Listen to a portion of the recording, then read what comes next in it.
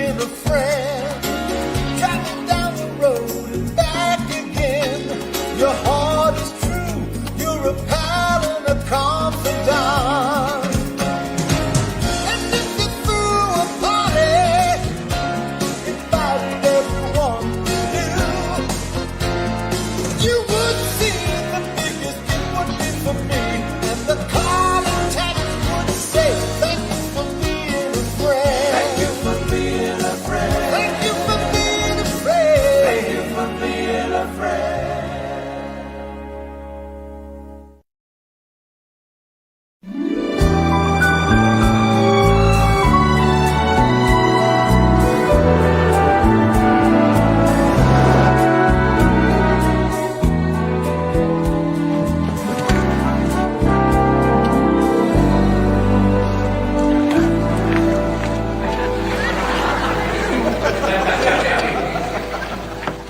It's gone. I can't believe it. 30 years, and now it's gone.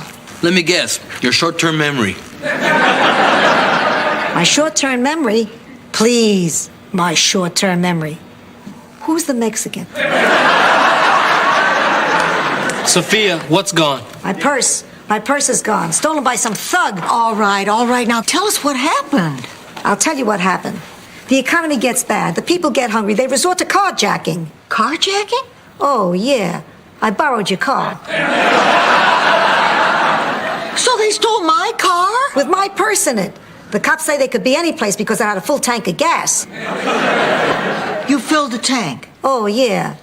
I borrowed your credit card. I can't believe this. I better call the insurance company. Yeah, we should do something about this. Hey, you know what? Maybe I should teach a self-defense seminar. I'm a blue belt in Taekwondo. A blue belt? Yeah. You know, I could teach you some maneuvers. You could invite some of your friends over. I'm not great or anything. Terrific. A guy is coming at me with a gun and I can moon him. How do I look? Fine. Fine. I spent 3 hours getting ready. Surely you can do better than that. I was thinking the same thing about you. Roland, how do I look? You look nice. Nice. Rose, tell them how I look. Like a glimmering jewel, a perfect diamond in a field of darkness, flawless, spectacular, and stunning. Thank you, dear. You're new to our little game. I had better look my best because tonight I have a very big date with Bobby Lee. I don't know if I mentioned it, but Bobby Lee is a cattle baron from Austin. Yeah. Well, he is a cattle baron from Austin. And I have a feeling he's going to ask me a special question tonight. Oh, yeah? I assumed you were going out with him because it's your birthday tomorrow. Oh, wait, so that's why Rebecca's coming in. Yeah, that's right. Daughters just love to come watch their mothers get older. Oh, honey, I'm sure she's coming to watch you get fatter, too.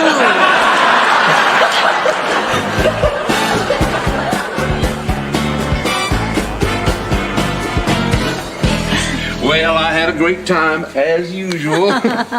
Blanche, there's something I've been meaning to ask you. I'm 42 years old. Yeah, you mentioned that. So that means you were born in... Atlanta. Yeah, sit down for a minute, would you, darling? No, what I wanted to ask you is, look, Blanche, I've been a bachelor too long. And shoot, you know, we laugh at all the same things. We have so much fun together and we understand each other. And I don't know, maybe it's time to settle down. I think maybe it is. So, I don't know how else to ask this. Blanche, I want you to be my wife. Oh, Bobby Lee. And bear my babies. I just don't know what to say. What? I want you to have my kids. Oh, my God. Now, believe me, I know I'm not a young man, and I know your biological clock is ticking. Tick-tock. So this is something I want to do right away. Well, Bobby Lee, there is something I have not been totally honest with you about. Well, it seems that I know you're not 42 years old, Blanche. I'm 46 years old. Blanche. All right, I'm even older than 46. Blanche, I don't care if you're 56. I'm not. I swear I'm not. Blanche, I'm not looking for a 30-year-old wife. I want to be with you. And what I'm talking about is not impossible. You know, I've been a cattle rancher all my life. And if there's something I know about, it is breeding. So let's just let those doctors do all the worrying. You just tell me that you want to have my children. Oh, I do, Bobby Lee Taggart. I do. Oh.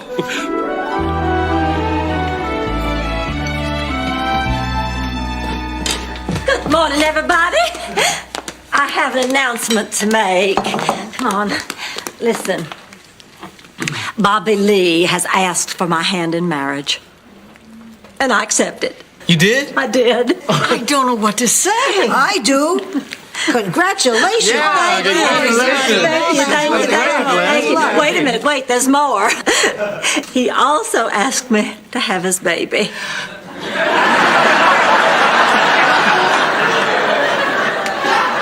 And I said yes to that, too.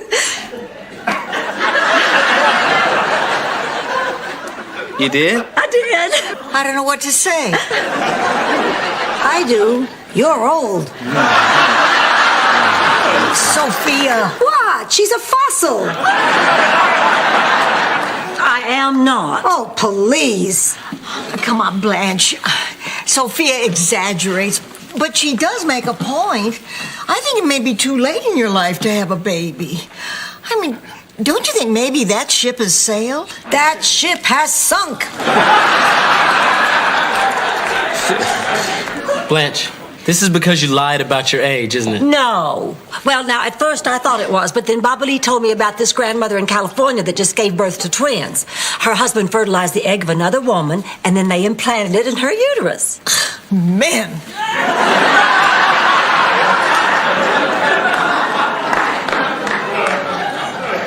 Blanche, I don't know why you're doing this. I'll tell you why she's doing this. This is all because of her birthday. Every year you try harder to stay younger. That's exactly why you're getting pregnant. This is not about my birthday, Rose. It is because I have met a man I really care about, and I owe it to him to try this. Yeah, but if you want to have a baby, Blanche, at least try to talk to him about adoption. Yeah, all right. I suppose that's something we could consider. Besides, where are you going to find an egg?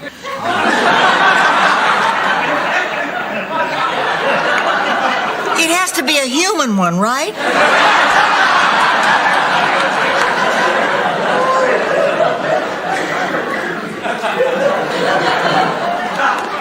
No, Rose, I'm going to give birth to an 8-pound hamster. Oh, good luck trying to get that into a decent college.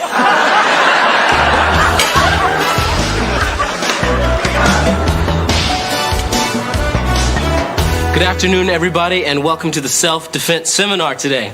I'm your instructor. My name is Roland Wilson, and I have achieved the level of Taekwondo blue belt.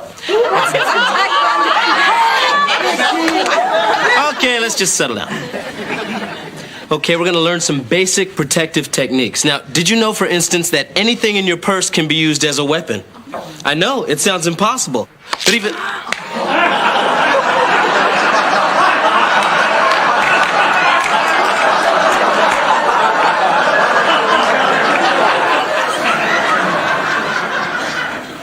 Okay, who threw the estrogen? Come on, tell me. We're not moving on until somebody tells me. Did you see who threw this, sir? I'm not a sir. Do yourself a favor. Okay, before we get started, let's get to know everybody. Ma'am, could you come up here? Yes. Okay, what's your name, ma'am? Sylvia. Sylvia. And why did you take this class? Well, my husband worries about me. I go on the bus, and he says it's too dangerous. My husband says that I'm frail and old and just asking for trouble. And what is your specific goal with this course? I'd like to put the bastard through a window.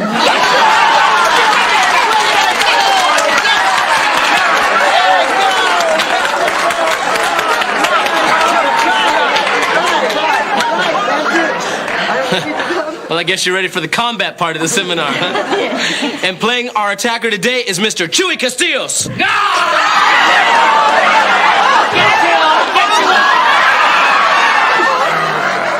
Now, Chewie exaggerates a little bit because a real attacker usually approaches more cautiously. They might ask you for the time or ask for directions. Now, there's 2 rules to remember. Number 1 is volume. Don't be afraid to make a lot of noise. And number 2, never stop walking. If you stop walking, you're going to be a victim. You'll all be my victims, all 3 of you! All right. Just chill out, man. Okay, let's get started. We're gonna learn some basic techniques. Are your pads in place? Hey, relax. I'm the Michelin man. I got everything covered but my shins.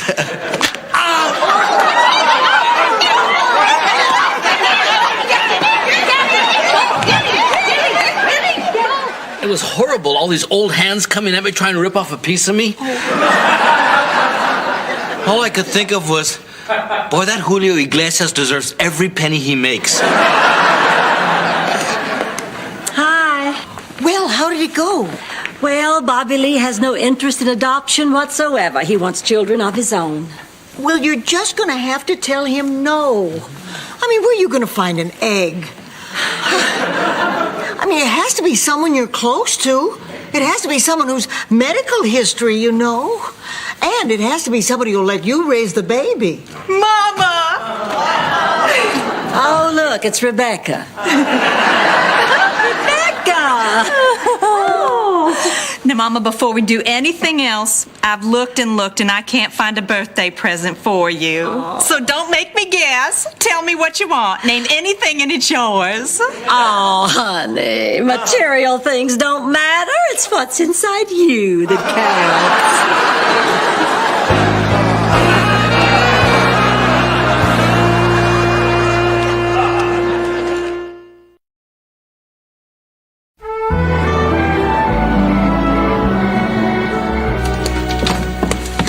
Oh, good. I'm so glad you girls are still up. I need some advice. Don't wear puff sleeves. Makes you look like Babe Ruth in drag. Now get this. I asked Rebecca to help me have this baby. She said she needs to think about it. Can you believe her? Well, look, you can't get upset at Rebecca. I mean, this is a big thing. Maybe she doesn't have an egg to spare. Oh, please. The woman's an Easter bunny. No, she will turn me down because she thinks I ought to act my age. But damn it, I'm not old, and I don't feel old. You ought to feel under your neck.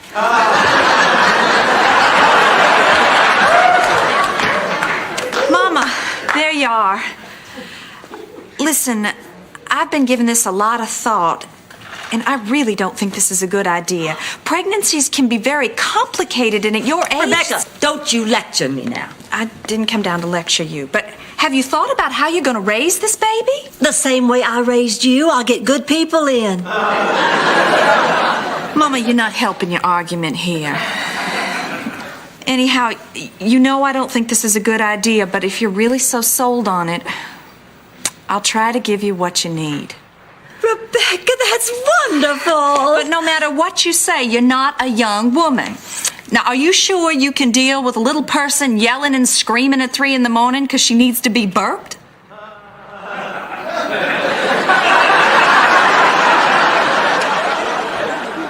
I only do that on sausage night.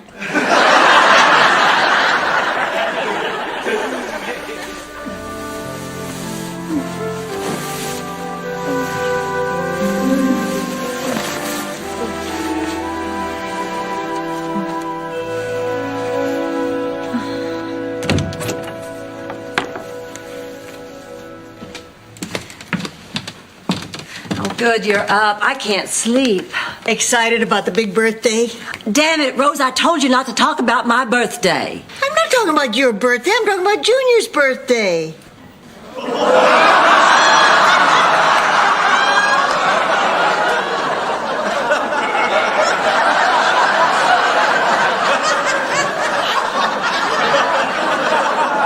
I'm pregnant? I don't remember getting pregnant.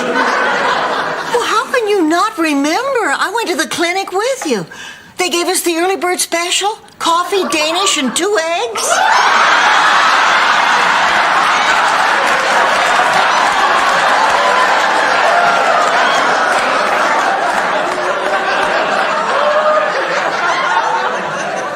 You got pregnant too? Well, it was your idea. You said anybody could do it. I guess I forgot about all the other stuff. I mean, the morning sickness and the varicose veins and the craving.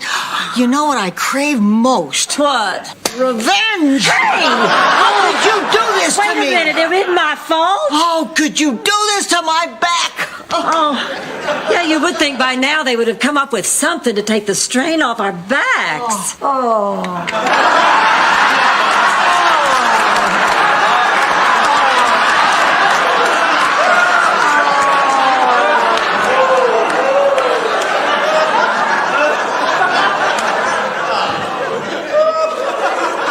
Sophia, how did you get pregnant? I shook hands with Warren Beatty. You took me to have an egg implanted. I did? Anyway, it must be nice having wheels. It's nice, but you know what would be better than wheels? Brakes! Brakes! Somebody stop me! Somebody stop me! Stop me! Somebody stop me! Here, get rid of that thing. Here, let's sit down. Let's sit down. Have a seat. You got her? Wait a minute. I got her. I got her. I got her. Okay. Here we go.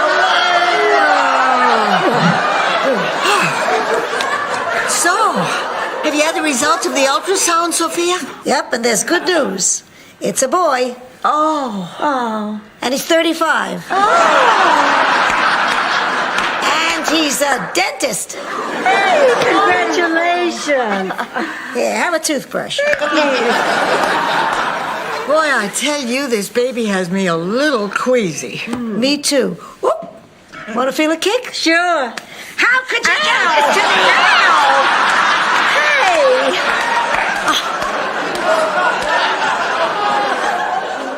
All I said was anyone can get pregnant. I didn't mean everyone. Now she tells us. What do you mean?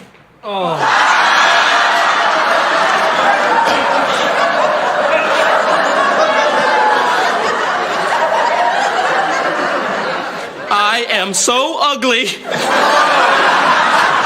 No, you're not, Roland. Yes, I am. I'm fat and I'm ugly.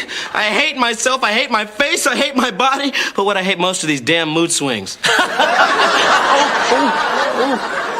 Blanche didn't tell you about that. And she also didn't tell you you're going to have to give up sleeping on your stomach. I'd give anything to sleep on my stomach. Well, that's not my fault. It's not like there's anywhere else you can carry a baby. I mean, is there?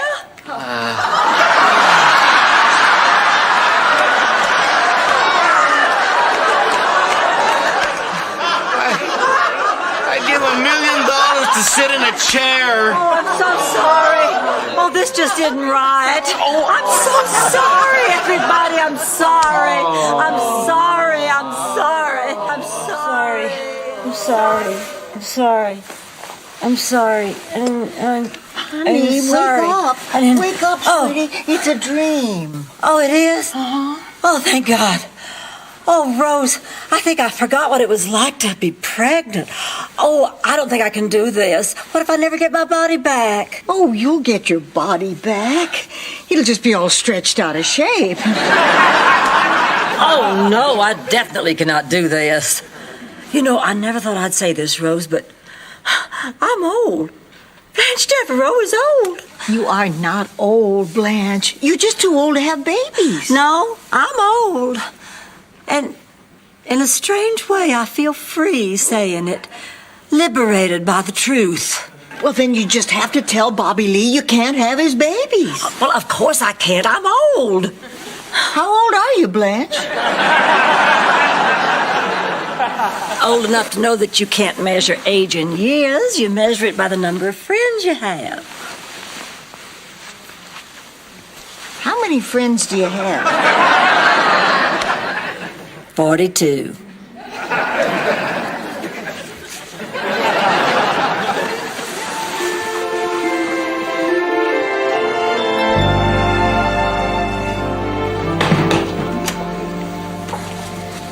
Excuse me, I'm looking for a Sophia Petrillo. Does she live here? That's her purse. Where did you find that? I'm the parking valet at the hotel next door. She left her car with us yesterday. She valet parked the car. Hey, that's my purse. That's the guy. That's the guy.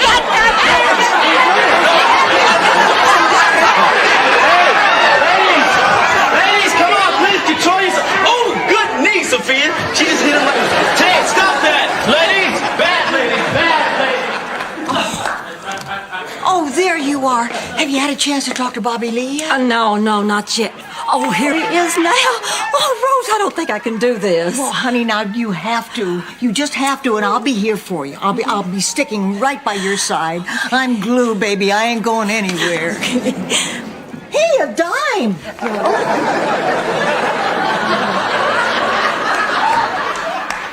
Hi, Bobby Lee. Hi, Blanche. Honey, listen, there's something I want to talk to you about. Yeah. It's about us having a baby, Bobby Lee. See, I just don't think that... Blanche, I know what you're worrying about, and just want to tell you we got to take the bull by the horns and just face it. It's true. It's true? Then you mean you think that I'm too... I'm sterile. I can't get you pregnant.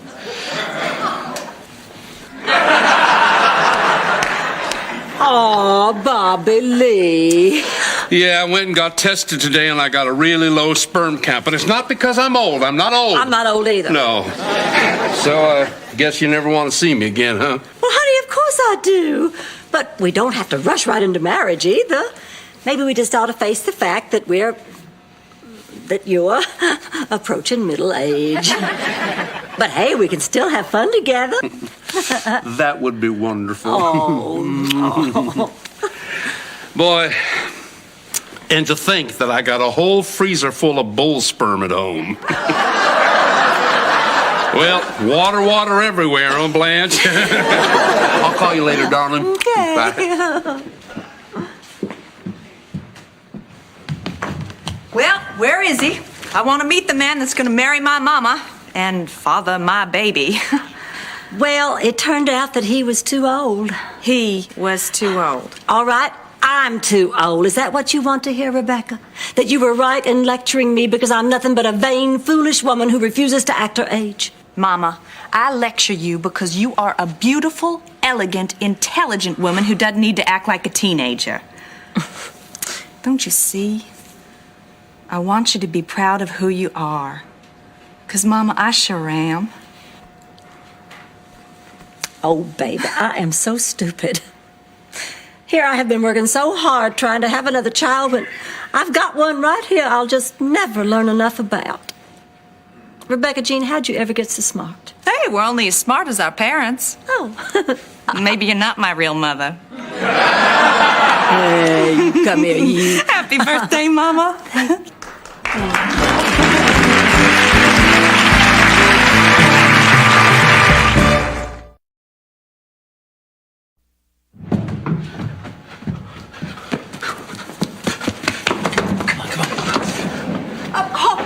Hold that elevator. Hold it. Come on. Ooh, been jogging? Yeah. There he is.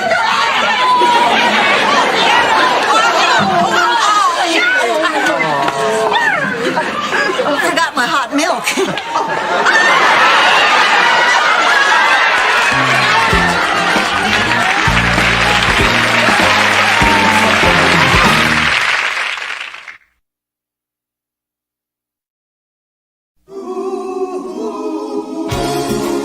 Thank you for being a friend. Driving down the road and back again. Your heart is true. You're a pal and a confidant. And if you threw a party, invited everyone you knew, you would see the biggest gift would be for me. And the call and text would say, thank you for being a friend. Thank you for being a friend. Thank you for being a friend. Thank you for being a friend.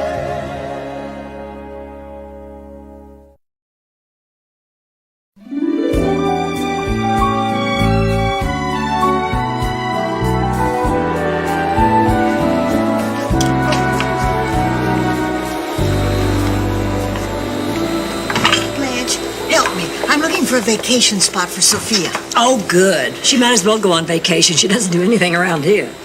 Oh, that's not true. She tries very hard. Look, she's been cleaning that spot for an hour.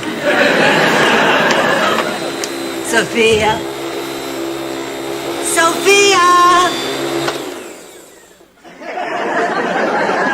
Sophia. Oh, what? Honey, why don't you go on up to your room if you're going to sleep? I'm not sleeping, I'm taking a nap. What's the difference? Big difference. You never hear anyone say she went peacefully in her nap. Come here. You sit down right here. How does this sound? Lie down on the peaceful shores of Lake Michigan. Quiet surroundings, tree-lined walkways. It was just a nap. I don't need a burial plot. I'm alive. We're not going to bury you. We just want you to take vacation. Oh, forget it. I remember my last vacation. Dorothy said we were going to Club Med. Turns out she was taking me to Shady Pines. Club dead. Blanche and I have already talked about this. Now, the hotel is pretty quiet this week. Rose is right, darling. You've been awful tired lately. This way you'll come back rejuvenated. I don't need a rest. Will you stop treating me like an old woman? Do I treat you like a deluded middle-aged tart? Yes. All right, then carry on. Honey, the rest of us can easily split up the little bit of work you do around here. Little bit of work. I hardly have enough fingers to count all the things I do around here. Really? Why don't you give it a try? I pick up all the spare change in the couch. I think we'll manage.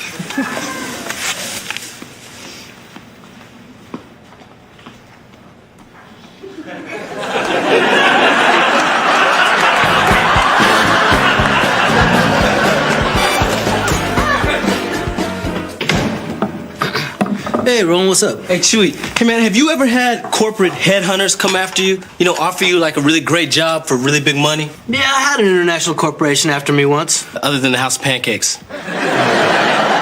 No. Well, look, this guy from the Carlton Hotel chain just took me out to dinner.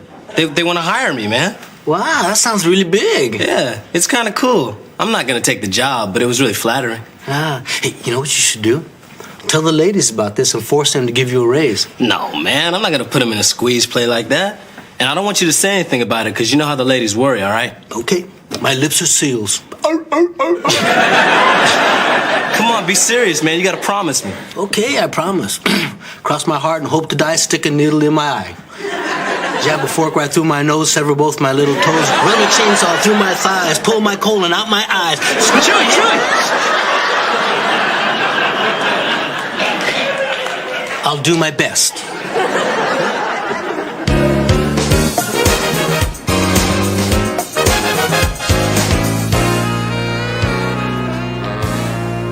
Sophia!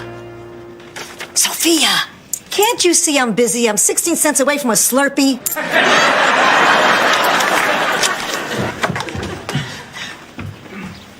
What is it, Rose?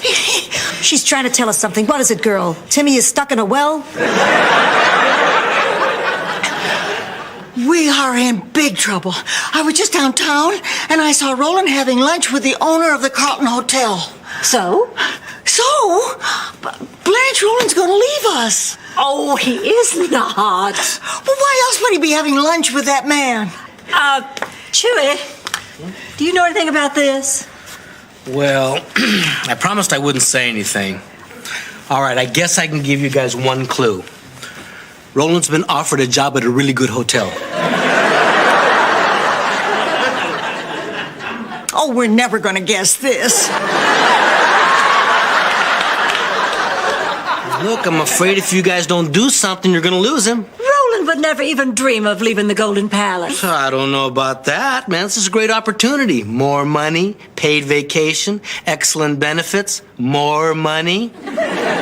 He's really excited about the opportunity. Well, maybe we should give him a raise. He deserves it. We cannot afford a raise right now, and frankly, I am shocked that he would even think about going someplace else.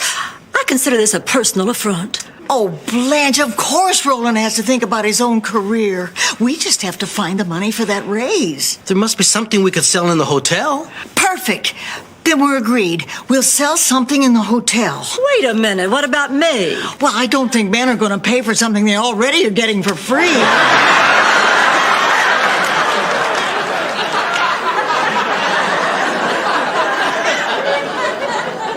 Rose, I meant, what about asking my opinion? Oh, I'm sorry. Well, of course. Blanche, do you honestly think anybody'd pay to sleep with you?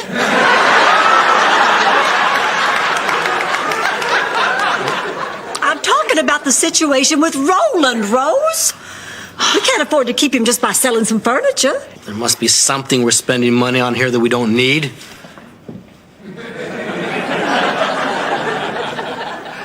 Maybe we better just let nature take its course on that one.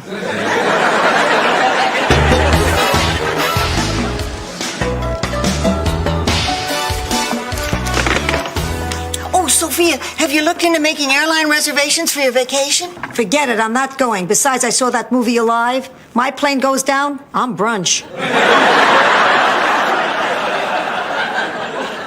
No offense, Sophia, but you're about the only thing I can think of that wouldn't taste better on a Ritz. I'm sorry, honey. You have to go on a vacation. That's that. What if something happens at the hotel and you need me? We're not gonna need you. Fine. You want me to go on a vacation? I'll go on a vacation. Good, honey. And we're right about this, you'll see. You're gonna have the time of your life. I sure am. Checking in. What? Huh? Come on, move it. I want to get out to the pool. I'm losing the sun. You're staying here? You said I had to go on vacation. You didn't say where. Now give me a key. Sophia, you already have a key to your room. I'm not staying in that hole. I want the penthouse. And a video of Don Amici in Cocoon. I want some eye candy. Now this is terrible. Well, it is her vacation. If she wants to spend it here, it's her decision. Oh, it's not that. Don't you remember what happened the last time she went into the pool? Oh, it wasn't that bad. She made a game out of diving for her teeth. Those kids had a good time. Besides, they brush regularly now. Hey, ladies, here's Roland. Remember you said you wanted to talk to him? Oh, yes, Chewy. As a matter of fact, we did. Roland, you've been working really hard lately. Yes, he has, and it's very good of you to notice. Hey, excuse me, Chewy. I hope this isn't about what we were discussing yesterday. What? I don't know what you're talking about. I don't either. I don't know anything. Well, there's a tattoo for your forehead.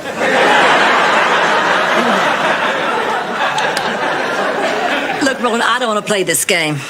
Game? Chewy told us about your job offer. Chewy did what? He also told us you went out to lunch with those people from the Carlton. Oh, man, you promised me.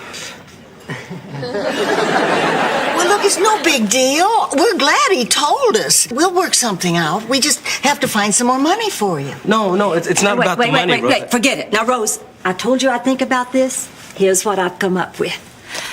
Roland, even if we had the money, I wouldn't give it to you. You went behind my back and entertained an offer from another hotel. I don't think things are going to work out here. Blanche, what are you talking about? I'm sorry, Roland. You're fired. What? Blanche, wait a minute. You can't do this. Let me tell you something, Blanche.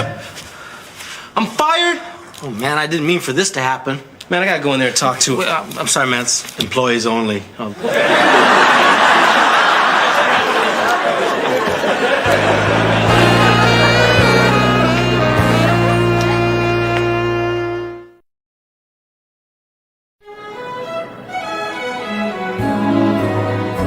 Thank you, Mr. Farrell. We'll let you know. Well, now, he wasn't so bad. Oh, please. Blanche, I don't think someone whose last job was makeup man at a morgue has the types of people skills we need for a manager. Maybe you're right. And I didn't like that remark he made about my makeup. He said your makeup was perfect. I know. Ooh. We have interviewed 16 people to replace somebody we never should have lost in the first place. Please don't start again. I could just strangle you for firing Roland. That's all water under the bridge, Rose. Now let's see this last applicant. Next. Hi, Chewy Castillos, managerial candidate number 17. You can't be the manager. You're our chef. Hey, I don't want to be stuck in the kitchen all my life. I have goals. I have ambitions. Like what? Well, on a personal level, I'd like to date that girl from the Crying Game. Oh, I didn't get her name. I left early, but boy, was she hot. All right, let's get this over with. Oh, okay. Says here you're a brown man. Actually, I prefer Chicano, but yes, I am a brown man. No, it says here you went to Brown University in September of '73. Oh, yeah, I did. That doesn't say when you left. 2 a.m. the next morning. She had an early class, and I had I'm sorry, Chewie, you're just not the right person for this job. No, I'm not. Roland was the right person, but he's not here, is he? Oh, man, how can this day possibly get any worse? Well, if you need me, I'll be catching the end of the crying game. Boy, that girl had it all. Oh. You know, I never thought I'd say this, but we could sure use Sophia's help. Maybe we could get her to cut her vacation short. I mean, Miami isn't that big a city. How long could she possibly keep herself amused?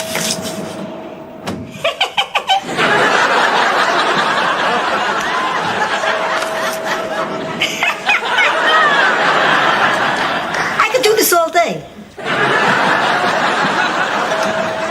Here, Sophia, honey, listen. We've been taken by surprise. We have too many guests and not enough help. I'm on vacation. I know, but we're in deep trouble. Rooms need cleaning, meals need fixing. We need your help. Oh, now you need me. What happened to... Oh, Sophia, we can get along without you. Well, obviously, we didn't count on Roland leaving and being so busy. Will you help us? Well, maybe if you show me how much it really means to you, I'll consider it. Well, what do we have to do? Beg? All right, Okay, I'm begging. please, we really need you, Sophia. Kiss my hand. Okay. Now, a dance. Sophia. Go to hell. I'm on vacation. I'm staying on vacation. And I want my room cleaned. We cleaned your room twice today. When did you get so picky? When I started paying for the room. And Rose, did you get the smudge off my window? I scrubbed and scrubbed.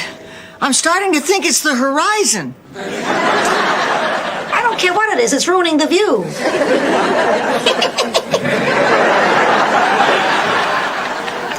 We wouldn't be in this mess if you hadn't fired Roland. And all over a little money. That is so selfish. Selfish. Rose, I want you to know it's the most unselfish thing I've ever done in my life. I only did it for his own good. What? Oh, come on. You know we can't offer him the kind of opportunities that Carlton can. So you forced him to leave. Blanche, that was his decision to make. One he never would have made. He would have sacrificed his whole future for us, trust me. Well, I hope you did the right thing. I did. Oh, I know we'll miss him, but now, thanks to me, Roland's on his way to a brilliant career at a beautiful hotel.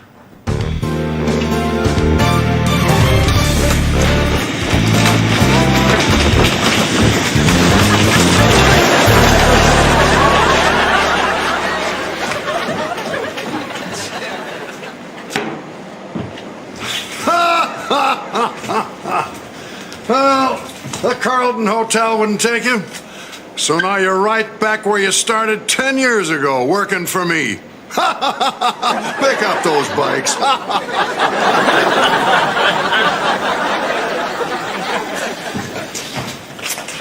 Hey, Roland. What do you want, man?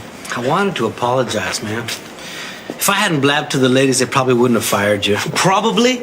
Of course they wouldn't have fired me, Chewie. Sorry, man. It'll never happen again. Anyways, I called over to Carlton, and they said that you didn't get the job. What happened, man? Well, the Carlton's not real big on hiring people who've just been fired. I wish I knew how they found out, though. Yeah, that is weird. Oh, man, you told them, didn't you? Okay, but really, that's the last time it'll ever happen, I swear. Well, how'd you know I was here anyway? Well, you once told me the door was always open at your first job. You just failed to mention there was no front door at your first job. Well, this may not be the classiest place in the world, but at least I get my fair share of respect. Hey, Wilson, the seat's still sucky. Where'd you learn to fix bikes? Toontown? Take this bike instead, okay? And go really fast. Hey, man, I'm worried about you. Aren't you worried about what this is going to do to your hearing? Oh, yeah, that was a great game, man. Look, man, I got you into this mess, and I'm going to make sure you get your job back at the hotel. Look, forget it. Blanche fired me. I'm not going to go crawling back to get my job. I don't even want you to tell him that you saw me. Chewie, you got to promise me, man. I promise. Hey, bash my head in with my spleen, pierce my nipples. Look, Every time you open your mouth, I drop another rung on the food chain. Now you say anything about this, and I'm gonna kill you. My lips are sealed. Let's see.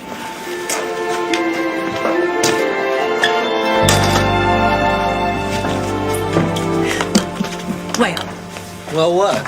Did you see Roland? I can't say. Oh, come on now. We know you saw him. What's his job like? Is the hotel beautiful?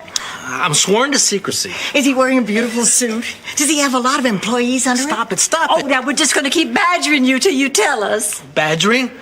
Badgering? I don't need your stinking badgering. Look, I made a promise to Roland. This time I'm gonna keep it. What is taking Chewy so long? Could he possibly not be telling them I'm in hell?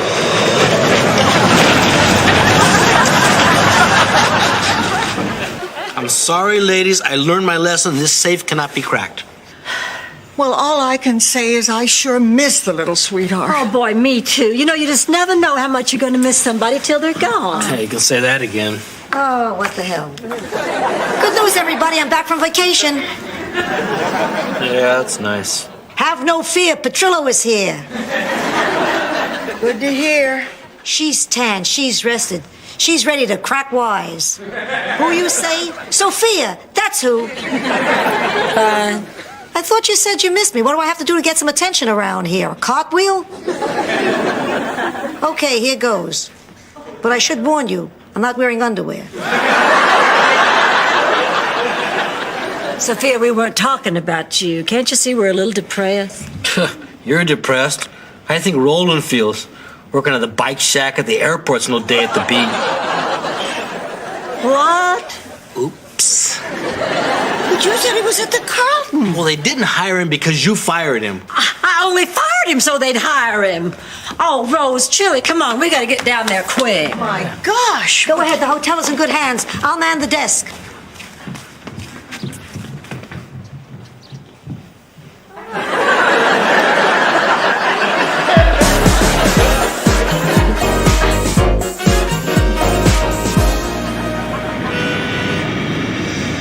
DC-10. Yeah, when you spend hours on your back, you get to know these things. Oh, DC-10. Yeah?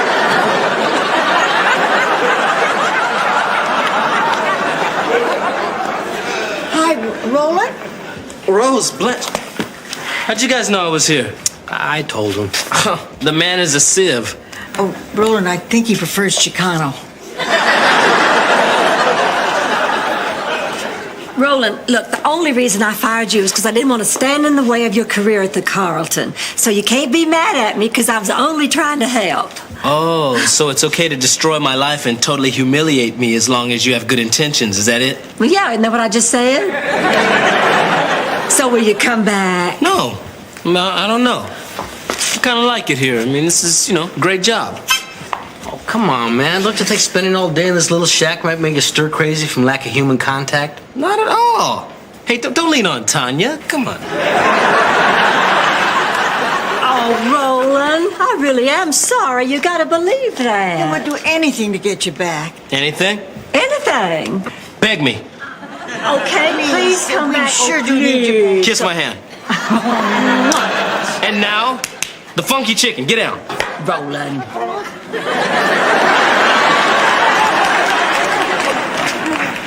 Okay. Sophia called and she told me to make you crawl before I gave in. Does this mean you'll be back? Can we go now? I'm so happy. I missed you so much. Yeah, I missed you too. Do you know what? I think I even missed your St. Olaf stories. Really? Oh, well, we can fix that. Did I ever tell you the story of Leon Krutenstuder? I'll race you to the car. Got it. Well, it's their loss. This is a wonderful story. Could you wait 1 second before you start, Rose? Sure. Okay, go ahead now. Well, you see, Leon had just bought the house in Moreno, the little pine joint outside of the town. But he didn't know.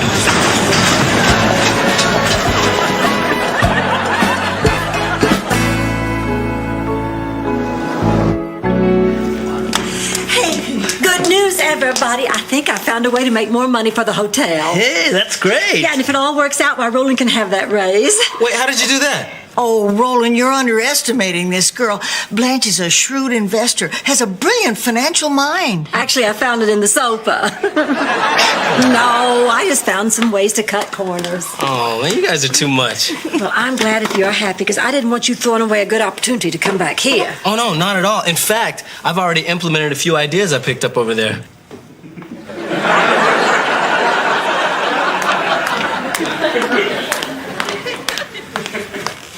Hypothetically, let's say I just bit some kid on the leg.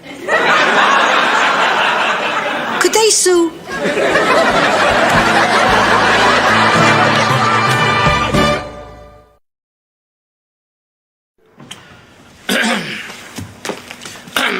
Listen, I don't know how to tell you this, but a corporate headhunter has approached me with a big paying job at a hotel that I'm afraid must remain nameless. And, well, being the loyal employee that I am, I wanted to tell you. And the big raise that they're offering me is really not an issue. I just wanted to ask you what I should do. Take it. Come on, guys. Come on, give me a raise, please. Come on, give me a raise. Please, come on. What's the raise? That's my little bit of one. Please.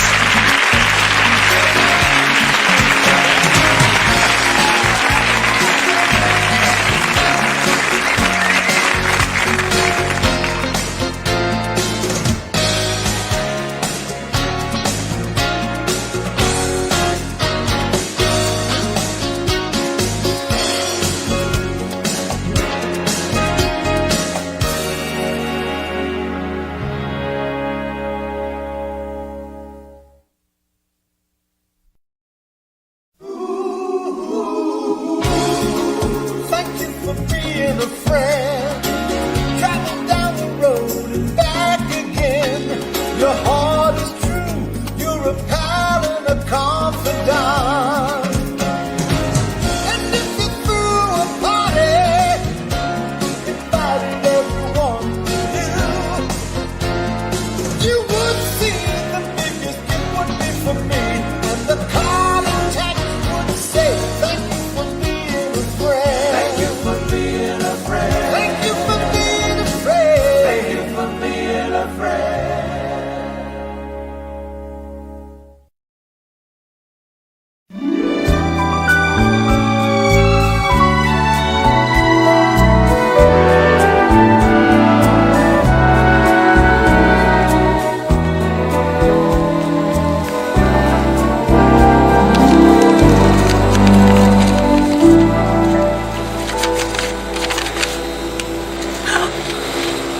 I don't believe it. The owner of the Mecca Hotel is suing us.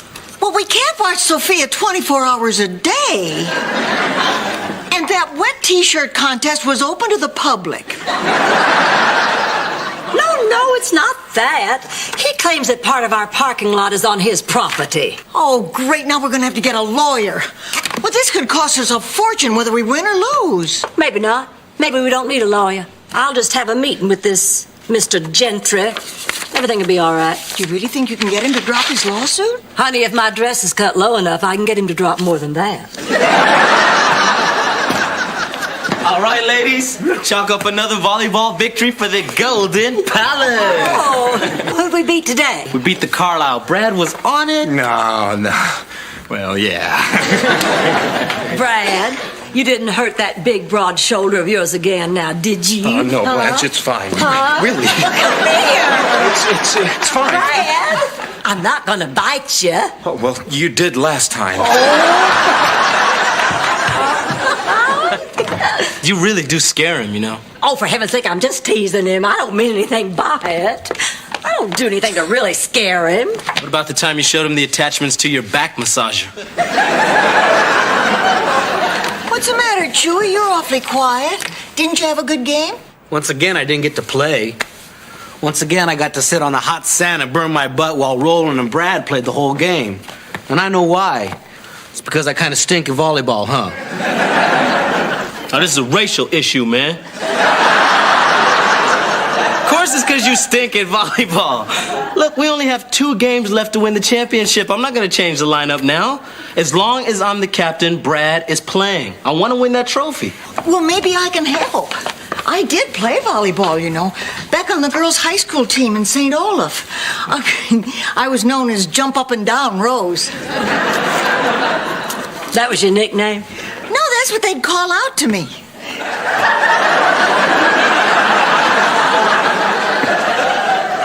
Boys can be so cruel. Hey, Roland, what time you want me at volleyball practice? What's so funny? You sting. Yeah, what time should we be there, Roland? We? Didn't Roland tell you? I'm on the team now. Wait a minute. I come out all season waiting for a chance to play, and Rose comes along and tells one St. Olaf story about jumping up and down, and she's in? No, it wasn't like that, Chewy. Now, Rose and I went out on the beach, and she showed me what she could do. And she's good? Well, she's no Chewy Castillos. So, yeah, she's good. Well, you will not believe what happened to me today.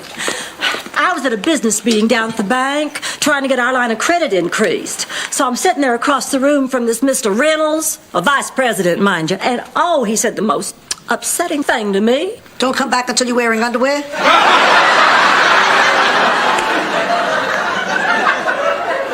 Sophia, I always go to meetings with men dressed like this.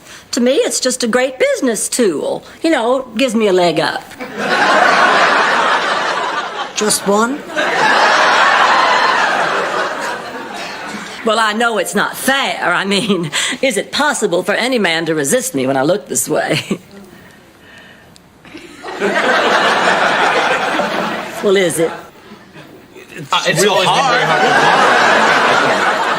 So anyway, there I was, and I started coming on to Mr. Rent. Well, no, I don't mean exactly coming on to him. You know, I just said one innocent little thing, and I guess he must have thought I was coming on to him. What did you say? Well, I said I'd like to put him in a hot tub and drink him like soup. Well, don't you get mad at me. He threw me out of the office. I guess he's just a guy who doesn't respond to a totally sexual human being. Look, Blanche, you came onto a man in a business situation. Well, that's practically sexual harassment. Yeah, but I'm not going to file any charges. Blanche, you sexually harassed him, and you made the hotel look bad. Oh, dear? Look, things have changed since we bought this hotel. You're not a social butterfly anymore. You're a businesswoman. And you behave differently in business deals. Well, look what you do to Brad, the pool guy. Oh, but I'm just teasing him. Well, maybe you do have a point. I think of it as teasing, but how does it make him feel? Honestly, he feels that at some point he's going to have to sleep with you in order to keep this job. Really? He said that? Oh, I'm doing it right now, aren't I? Oh, well, hey, what am I going to do? I have that meeting tomorrow with Mr. Gentry from the Mecca. My plan was to seduce him out of those parking spots, but that's wrong, right? Right. Oh, boy, I've done this all my life. I'm really ashamed of myself. Well, I guess I'll just have to change my ways. And I will, too. From now on, Blanche Devereaux is a new person. I will never again throw myself at any man I'm doing business with. Well, there goes our free cable.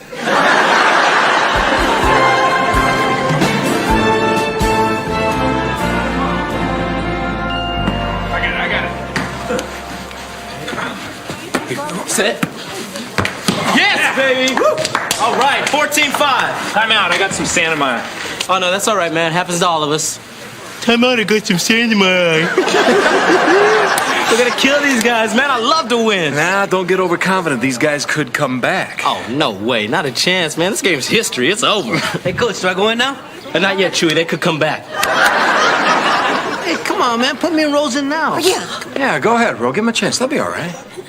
All right, look. We got 1 point to win. It's our serve. Go get them. Yeah. All right. What are you doing, Rose? Team cheer. Oh, okay, come on. Rigmarole, rigamaree, binga bonga, hip hip hee, luga lista, sis boom ba, ooga wooga fumba na, shima we. Come on, Rose! Okay, all right, here we go. All right. Hit it to the guy. He stinks. Hey, Rosa, you want to serve first? Oh yeah, I got a great serve. Okay. Okay. All right. Here we go. All right, side out. That's okay. We'll get it back. Yeah. Here we go. Come on, you guys. Get it back. Good. Come on, Rosie. Here we go. All right, come on, guys. 5:14. I thought you had it. Oh, I thought you had it. I'm sorry. Well, wait, come That's on. okay. Come on. We'll get the next one. Here we go. Let's go. 6:14. I thought you had it. I thought you had it. Okay, now I've had it. Look, one of you has to call for the ball so the other one knows who has it. Oh, okay. Gotcha. All right, cool. We'll just call for the ball. All right. All right, let's go. Let's go. 7:14. You got it. Time out. Okay, hey, time out. Oh, all right. Hey, Huddle up. Okay. You're out, we're in. 8:14. Good shot. Here you go. Go. Go, buddy. That's it. Ah, yes! All right, slide that out. Let's go, Brett. Here we go. This is it. I got it. Sit. Yes! Game, baby! I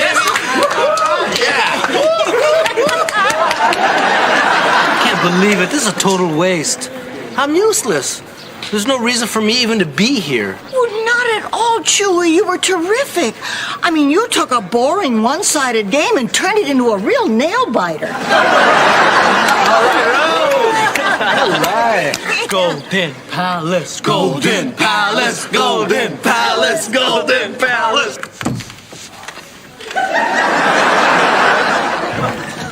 I'm ready for Mr. Gentry. Who are you supposed to be? Dr. Quinn? Medicine slut? From now on, I'm not going to let my sexuality interfere in my business relationship with the man.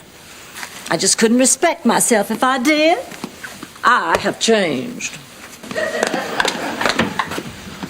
From now on, I'm Blanche Devereaux, businesswoman. Excuse me, I'm looking for Miss Blanche Devereaux. I'm Blanche Devereaux. I am Lawrence Gentry, and may I say, what a pleasure it is to meet such a beautiful woman. I'll be right back, Mr. Gentry. I just want to change into something not so hot.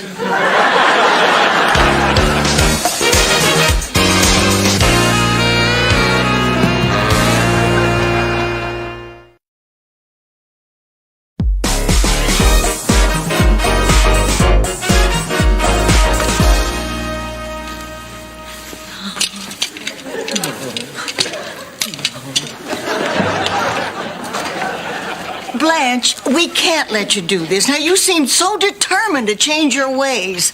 You're afraid to use your brain instead of your body. Now, don't be ridiculous. Why should I use my brain when I can have these proud beauties stand up for me? I got news for you. They're falling down on the job a little. See,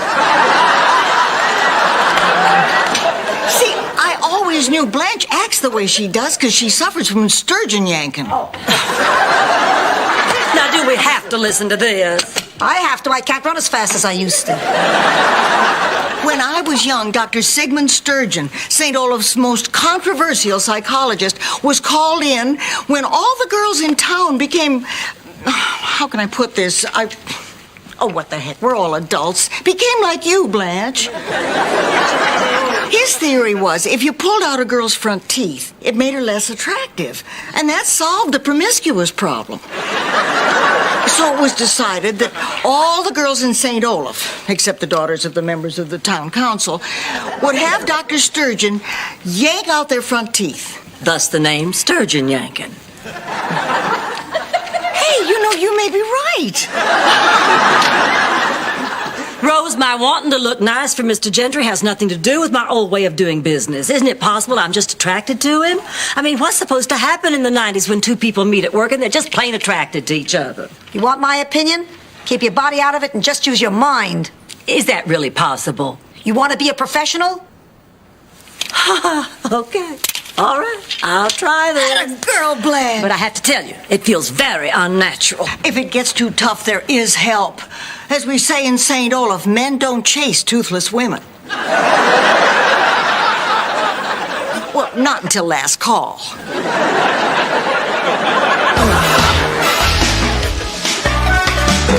So sorry for keeping you waiting, Mr. Gentry. I thought we'd just have our meeting right here. Are you sure? You know, now that we met, I'd much rather discuss business tonight. Maybe over dinner. No. We're here to discuss business, and I prefer to keep it businesslike. Sure. Dressed in that wild Dr. Quinn outfit, huh? I got to tell you something. You are very sexy. Why a man like you isn't running around in a loincloth, I'll never know.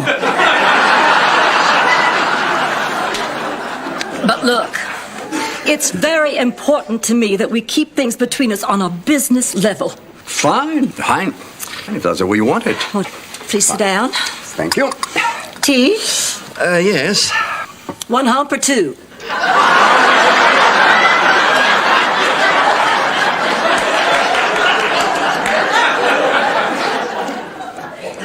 I guess I can try too. Now, just what seems to be the problem with the parking lot? Well, as you know, land down here is at a premium.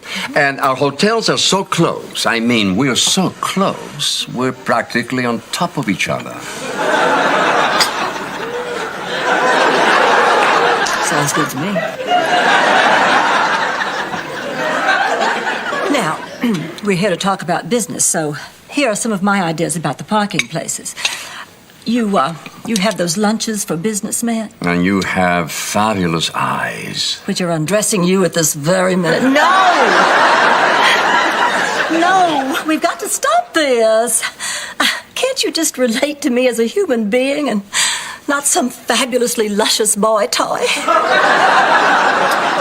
But you are, Blanche. You are. Maybe it's time to leave the business to those who can do it best, and you should concern yourself with what you do best, huh? No, damn it. Look, when I bought this hotel, I did it as a challenge to myself. Well, this new way of doing business is just another challenge. Of course, with a person like you, it may be the greatest challenge, but I can do it because I have to. Now, will you please pay close attention, because here's what we're going to do to solve the parking spaces problem. You and I have very different clientele. Oh, yes, we do. So we're going to interface our computers and study the traffic flow, determine who gets the spaces at peak occupancy, and then just share them equally without interfering with any of our guests. Well, do you agree? Well, I underestimated you, Miss Devereaux. That's a very impressive solution. So it's settled. And maybe, once in a while, we could have lunch together. Just to see how we're doing. With business? Oh, of course. Well, I'd like that. Good. Well, so, very nice doing business with you, Mr. Gentry? Well, it's very nice doing business with you, Miss Devereaux. You know, you really do have a scintillating mind. You are a fascinatingly intelligent woman.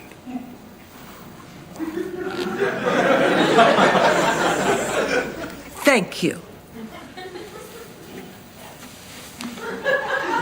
Oh, by the way, I do own a loincloth.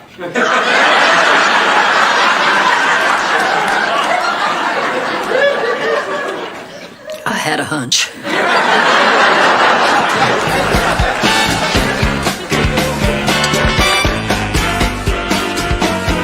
Set. 14-14. Timeout. Hey, Rose, why aren't you dressed to play? Well, see, I kind of decided cheering is what I do best, so I'll just be cheerleader. All right. Your pom-poms, madame. Oh, thank you.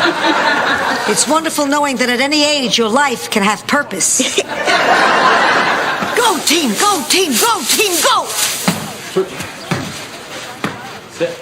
Good, Brad. You all right? Oh, man, it's my ankle. He's hurt, he's hurt, he's hurt, he's hurt! She's nuts, she's nuts, she's really, really nuts. Easy, careful. Rose, how you feel? Not too bad. How about yourself? No, I mean, you think you're ready to play? Hey, don't do this, man. Chewy, look, Come on, Rose don't. Okay, you're in. Okay. He's in, he's in, he's in, he's in, he's in! Got it. Oh, got it. Excuse me? That's out. All right. Way to play, Chewy. One more point, we're going to win this thing. 14-14. Time out. What are you doing? I want to talk to you, man. Why are you hogging the ball like that? Come on, man. One more point, we're going to win this game. I don't care. Look, I didn't want to tell you this, but when I was a kid, I was the guy who never got chosen for teams. You know why? We're back to you stinking again, aren't we? Yeah, we're back to me stinking. I mean, the other kids used to call me Senor Stinky. And they said I lived at Casa del Stinky and my bike was Stinky's bike. See what I'm getting at? Yeah. Kids can really beat a good joke to death. I was humiliated, man. And I never wanted to go through that pain again. And I thought as an adult, well, my friends would never put me through that pain. But you're doing it to me, so just don't do it to me, okay? All right, champ, let's go. All right, come on. Ah, they're keeping Stinky in the game.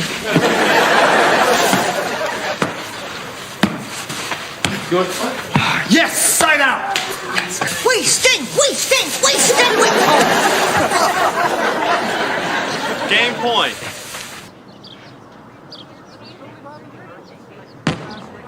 Easy one. What?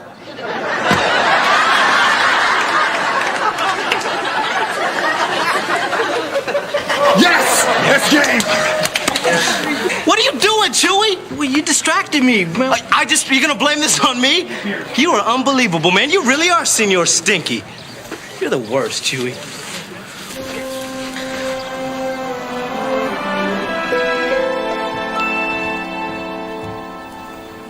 Oh, hey, Chewy. Hey, wait up, my man. Hey, my main man. My main man. Chewy. Main. Man. You're never gonna talk to me again, are you? All right, I understand. I just came over here to apologize. Look, I thought about this all last night, and I was trying to rationalize by telling myself that I always play to win, but I lost. You don't have to remind me. I'm not talking about the game. I'm gonna get over the game. Someday. Evidently, I'm losing you. I just wanted to say I'm sorry. I will never humiliate you like that again. Does this mean I get to play next year? No. Good, man, because that would really be humiliating. You see, setting up those computers wasn't all that hard. You were right again, Blanche.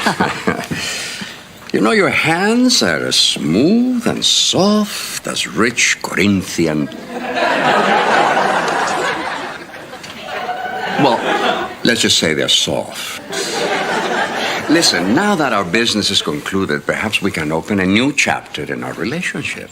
Well, I suppose that could work as long as we can keep our professional relationship separate From our personal relationship?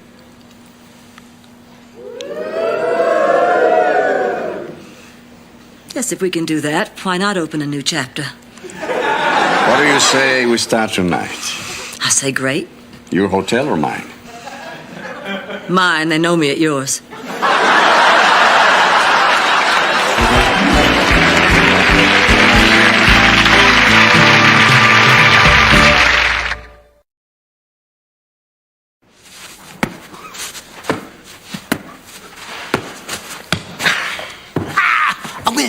win. I win. All right, good job, Chewie.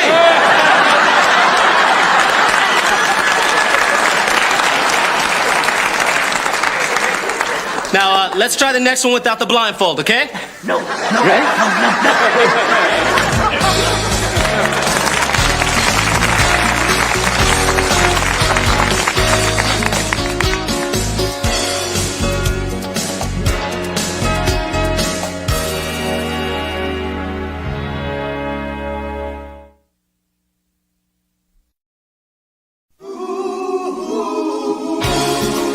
Thank you for being a friend.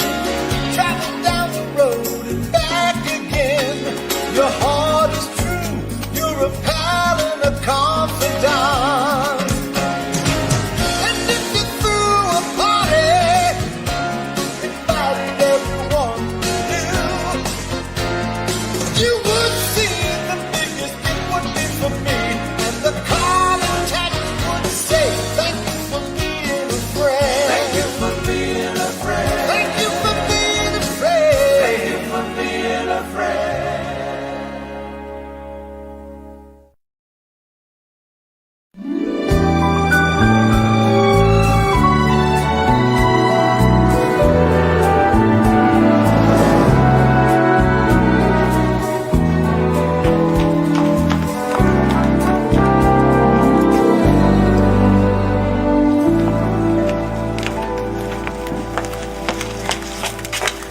You know, I just can't believe that it took us 7 months to come up with this grand reopening party.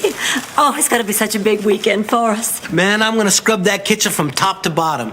It'll be so clean you'll be able to eat off the kitchen floor. No. I want to sit at a table. Sorry, Shady Pines flashback. Hey, I'm not taking any chances. I even got rat poison out by the dumpster. Very nice. Very nice. It's good to see everybody just standing around. We got this news crew coming for this reopening. We got to pull together here, work as a team. Well, sign me up. What can I do to help? Lock yourself in your room till Monday. Oh, I get it. Everybody thinks that Dumb Rose is going to do something stupid and mess up our opening. Don't think I don't know what my nickname is around here, and it really hurts. Oh, look, Gilligan has feelings. Well, what would you say if I told you that I got Gerald Davenport, Florida's most acclaimed restaurant critic, to come here tomorrow night? What would you say to little Gilligan then?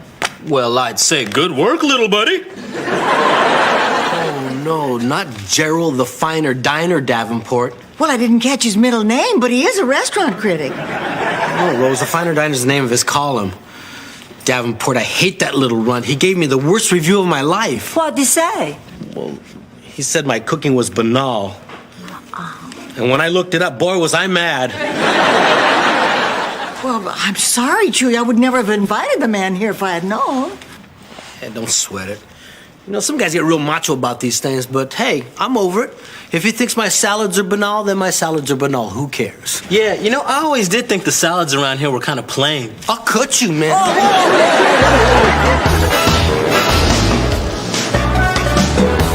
Well, sir, I am so sorry the airline lost your bag. We'll send it right up just as soon as they deliver it. Oh, thank you. I own a chain of travel agencies, and it is so refreshing to meet someone as bright and on the ball as you are. And by the way, that's a most interesting brooch.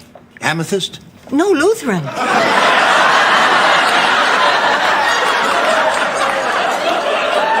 Of course, the pin has no religious significance. It's just a little duck. Oh, yes, well, it's right up those stairs. Thank you. Man, I'm really nervous about this food critic coming here. Oh, we all are, Chewie. Look at Sophia. She's a basket case.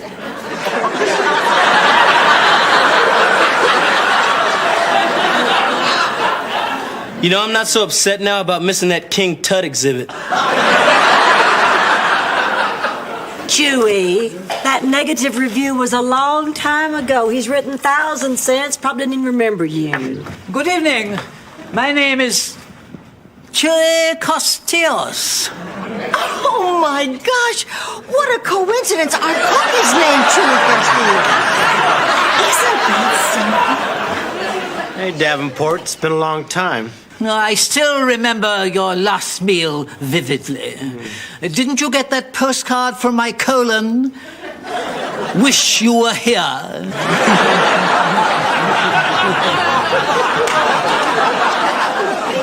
Well, I think you'll be very surprised by the meal I have prepared for you tonight. Does it involve food, or will I be making another run for the border?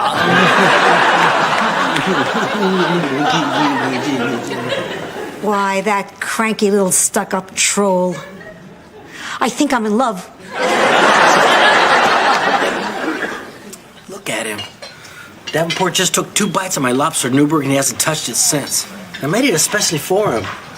Just sitting there motionless like a zombie. I know. It's making me hot, too.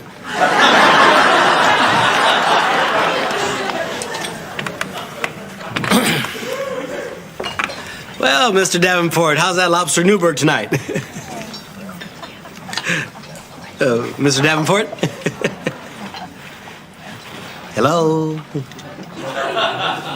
Hello, Mr.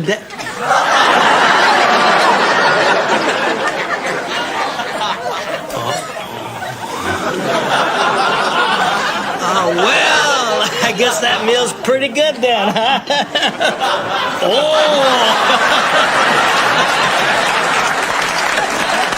Thank you, sir. You're too kind. Well, you enjoy your meal. I'm just going to go back here.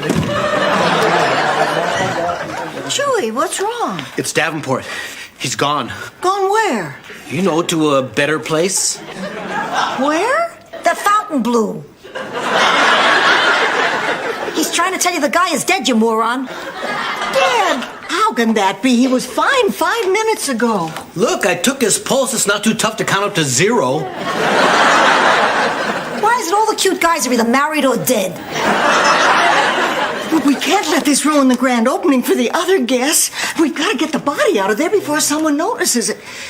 Sophia, you create a diversion for the other guests. Like what? I don't know. Tell them they're topless volleyball players on the beach. Got it. Honey, you sure you've got it? Yeah, got it. Topless volleyball players. Yeah.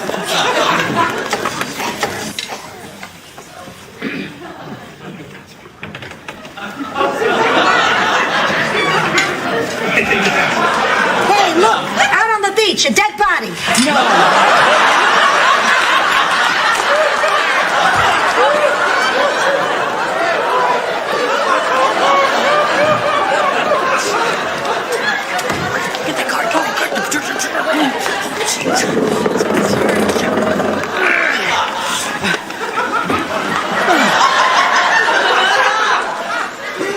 Oh, real smooth, Sophia. Look at that body!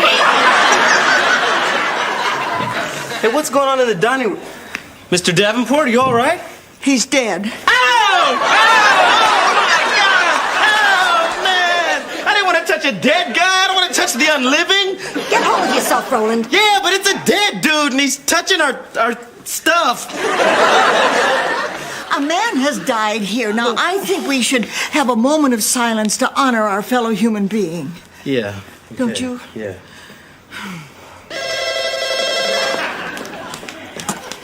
Golden Palace? Yes, as a matter of fact, a table has just opened in the dining room.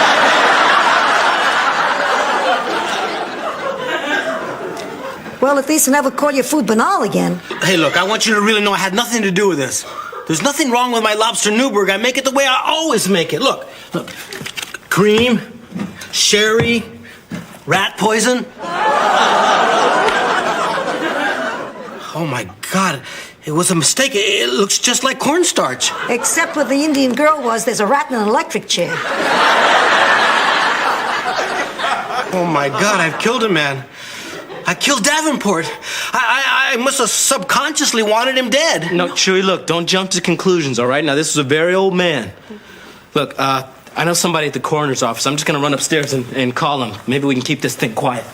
And I better tell Blanche. Boy, it's sad. You work hard all your life, and for what? It's times like this that make you stop and ponder. Wow, nice Rolex. daughter of our owners, Rose Nyland. Rose, this is the Channel 3 news team here to cover our reopening. Now, Rose here was single-handedly responsible for getting that highly acclaimed restaurant critic, Mr. Gerald Davenport, here to the hotel. Impressive. Oh, it was nothing really. Don't mention it. Please, don't mention it. She's just being modest. Hey, I don't see Mr. Gerald Davenport around anywhere. Did he like his food? 2 bites and he was in heaven.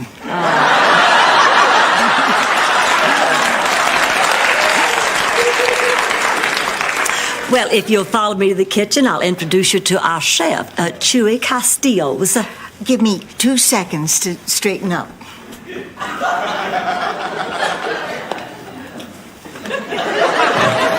Quick, get Tommy Toe Tag into the freezer. The joint's lousy with newsies.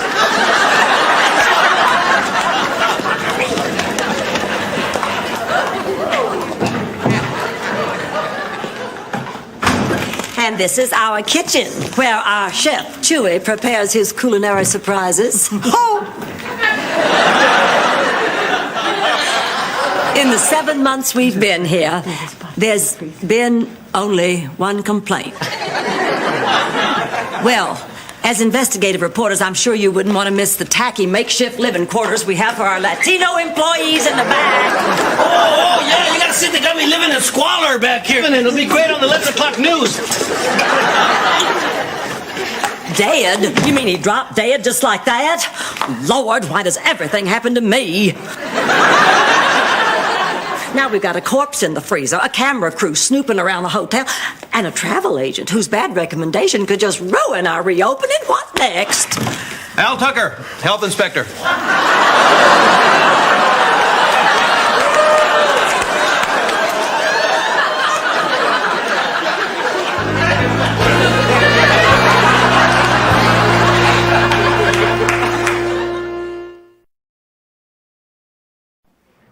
It's time for your quarterly inspection. You know, check the refrigerators, freezers. Rose, did you hear that? Health inspector wants to check the freezer. I'm way ahead of you. Can I get you something before we begin, Mr. Tucker? Coffee, tea? No, thanks. I just need to check your walk-in. Oh, well, I'm not at all surprised. If there's one thing men like to check, it's my walk-in. Not to mention my talk-in. And my love-in. I meant your walk-in freezer. Well, I know what you meant, but I can't let you do that. Well, you're gonna have to, or I'll be forced to write up a violation, close down the restaurant. Oh, now, Mr. Tucker, please don't put me in this position. And that's not something you'll hear Blanche say every day. Well, I guess I could start with the refrigerator. Yeah, oh, why don't you just get yourself a nice glass of fresh orange juice? You know, it's so nice how fresh juice tastes so sensual without being caloric. Yeah, like bananas. A healthy romp through the world of fruit without the hangover of candied snacks. Or how about a cheese ball? What are you talking about? Mister, I'm gonna level with you. I'm a lusty woman. A lusty, busty, zesty cowgirl that likes to ride all night.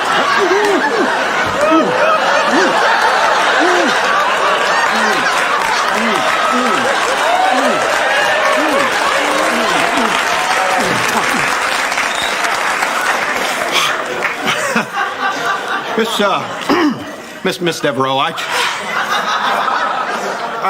just want to check your freezer. Why didn't you say so? It's right over there.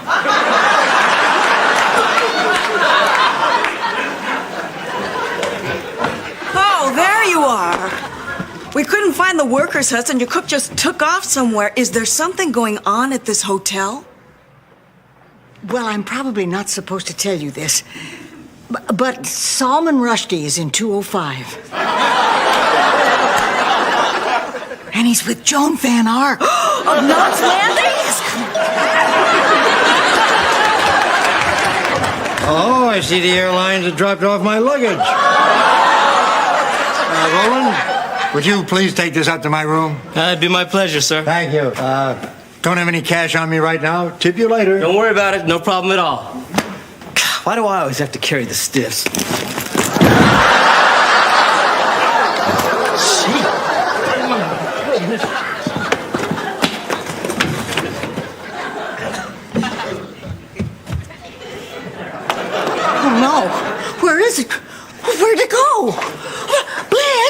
lost it.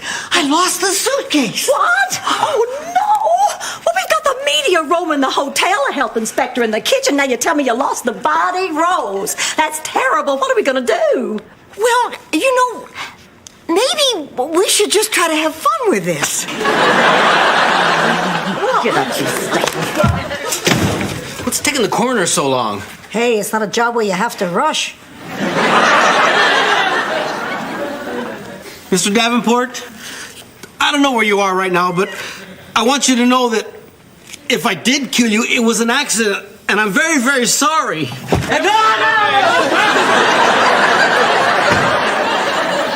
Who are you? Al Tucker, health inspector. Were you just in the freezer? Yeah, it passed inspection. Man, the city's getting lax, huh? Look, I have one question. What are these clothes doing in there? Clothes? Yeah. What are they doing in the freezer? Oh, sometimes they tell me to dress the lamb chops, and I don't speak the English too good.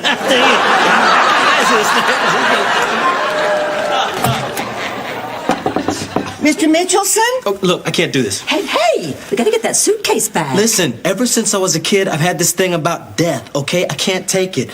People, animals, insects. Once when I was 5, my pet hamster Marvin got out of... Roland, as much as we love a good childhood story, honey. Save it for your shrink cycle. We've got work to do.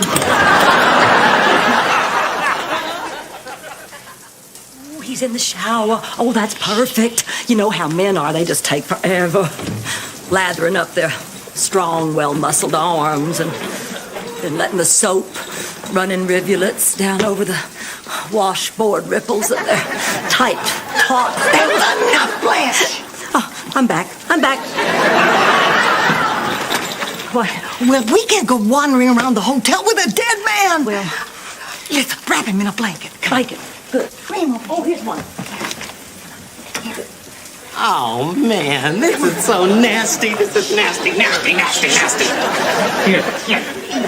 Oh, it's on me. Don't you blame me now. That's Rose's fault. What do you mean, my fault? You're the one that invited Davenport to the hotel. It's still on me. Now look, I've had it with you. I don't like this either, but after all, there are times in your life when you just have to face your fears. No, wait. There's someone out there. Oh, Lord. Get out.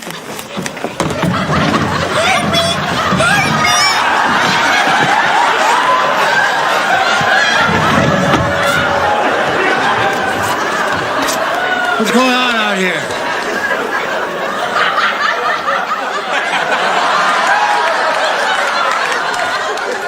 Hi there, Tiger. What are you doing in my bed? Well, let's just say I'm delivering some room service. What? Oh, come on now. Isn't that what you've been after all along? Isn't that an interesting brooch? Please, I don't have to have a house fall on me. Then again, who does? There's that wonderful sense of humor.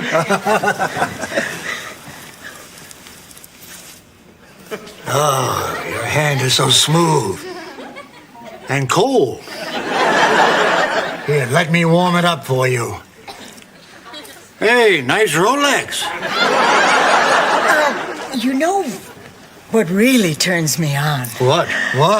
A man with blow-dried hair. Really? Oh, yes. Okay. Okay. Don't move. Thank you. Great job, Rose. I could hug you, but you smell like dead. Come here. Oh, you're right. This way. This way. Oh, there you are. Go back. And they'll always shoot. Sorry. Please, John. Please. Well, we better get you out of here. We have a lot of work to do, a lot of things to find. Yeah, everything's on the up and up here at the Golden Palace. We have nothing to hide.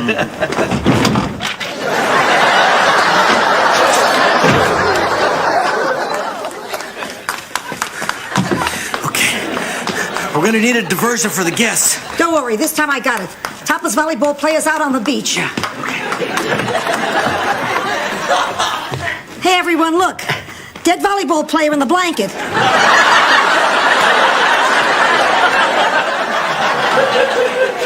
I did it again, didn't I?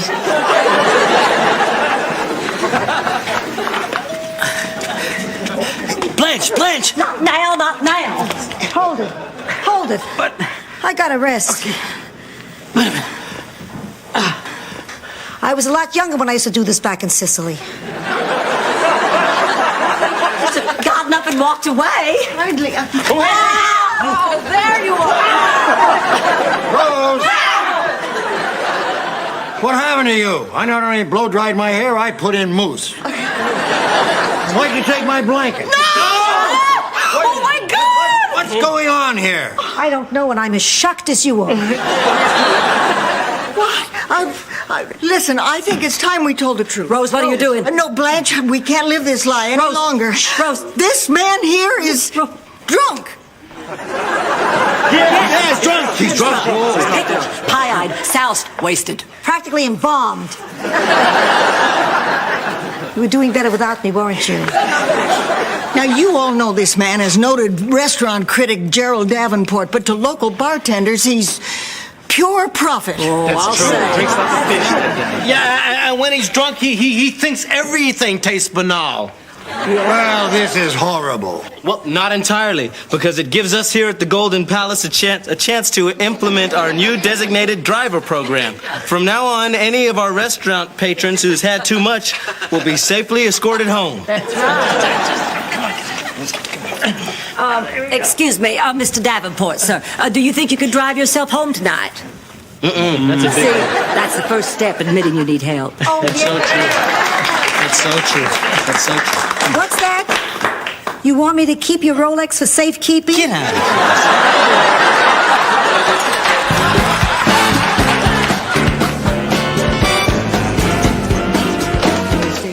And Chewie, where have you been? Oh, I'll walk on the beach thinking. I mean, I may have killed a man. Hey, look, this has touched all of us. And some of us are hoping that we're going to be able to scrub it the hell off. Everybody, good news! According to the coroner's report, Mr. Davenport died of a massive coronary. All right! So Chewie didn't kill anybody. Yeah. They tested the food. There was not a trace of rat poison whatsoever. That's wonderful, wonderful. Looks like everything ended up working out okay. Oh, I'll say it did. I mean, and because of our designated driver program, Mr. Mitchelson said he's going to recommend our hotel to all his travel agents. Yeah, and the health inspector said that we passed with flying colors. Really? Yeah. I guess everybody got something out of this. You're telling me. Ask me what time it is. Ask me what time it is.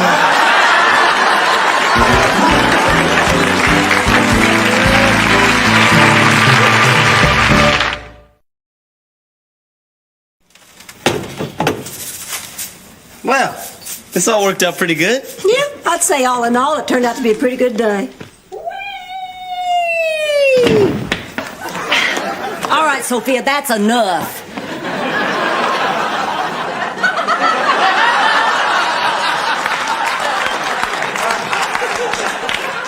What, I gotta wait until I'm dead to do this?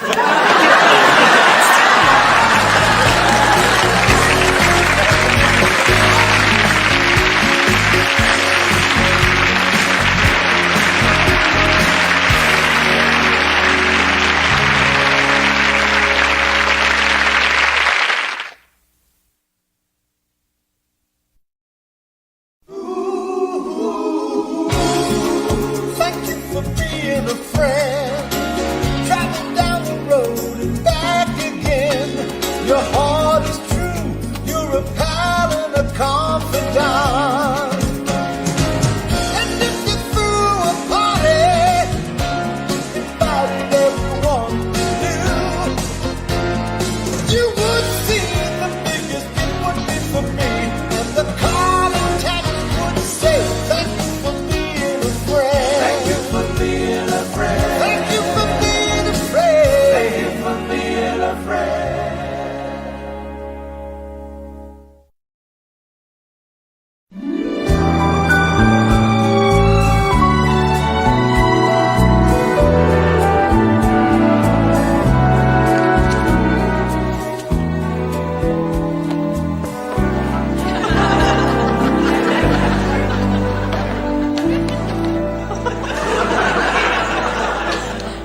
Yes, sir. Yes, the Golden Palace Romantic Getaway Weekend does come with a lot of extras. Complimentary bottle of champagne, candlelight dinner, black satin sheets. Tell them about the coloring books. Tell them about the coloring books. Okay, great. Yeah, I'll go ahead and enter your reservation. All right, thank you.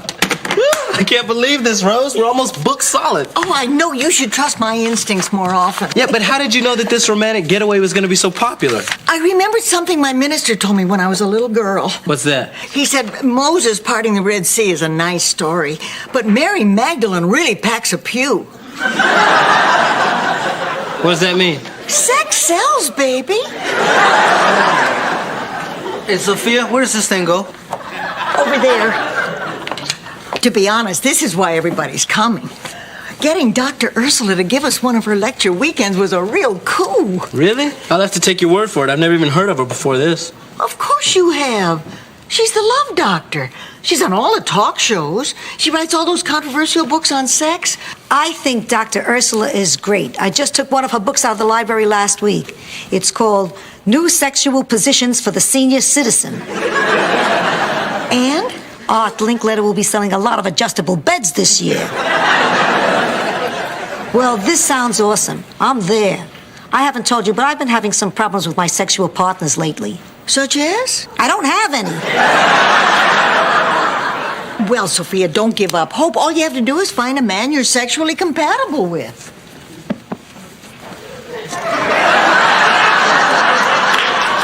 Stop looking at me. There used to be a time when everybody down at the senior center would ask me to dance.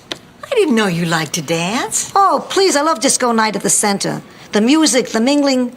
I'm not crazy about the strobe lights, but it does make us look like we're moving. Well, why doesn't anybody ask you to dance anymore? I think I've lost my sex appeal. I said I think I've lost my sex appeal. Oh, no, you still got it, baby. You're hot, babe. You're just being condescending to an old lady, but I'm a person, damn it. If you prick me, do I not bleed? Eventually. Well, you are not going to believe who left a message on my answering service. Taylor Michaels. He's coming to town. Who? Taylor Michaels. I told you all about him. We went to college together. I wanted him in the worst way. Oh. Only, unfortunately, so did my roommate, Lauren. We fought tooth and nail over him. Yeah, but you won, right, Blanche? Right, Blanche? No, she did. I'm sorry, I didn't hear you. What? She got her butt kicked. I lost, all right? Is that what you wanted to hear? That one time in her life, Blanche Devereaux lost a man to another woman. Are you happy? I have no heroes left. No.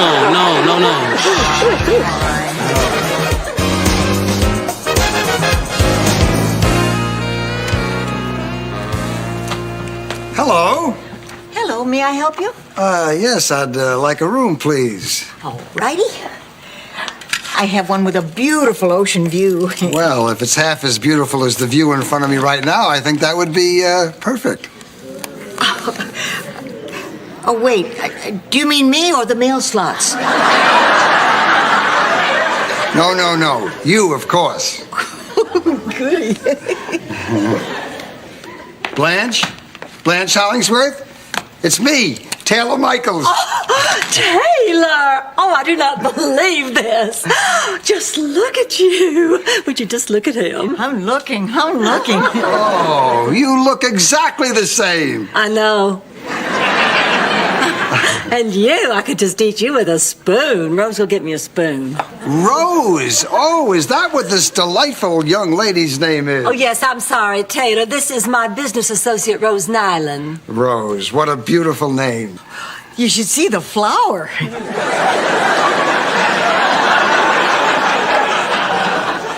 So, Taylor, how'd you find me? Well, I read that you bought this hotel in our hometown newspaper. Since I had to be in Miami anyway for the Hog Convention, I thought, well, why don't I just stay here? And I'm glad I did. Goody.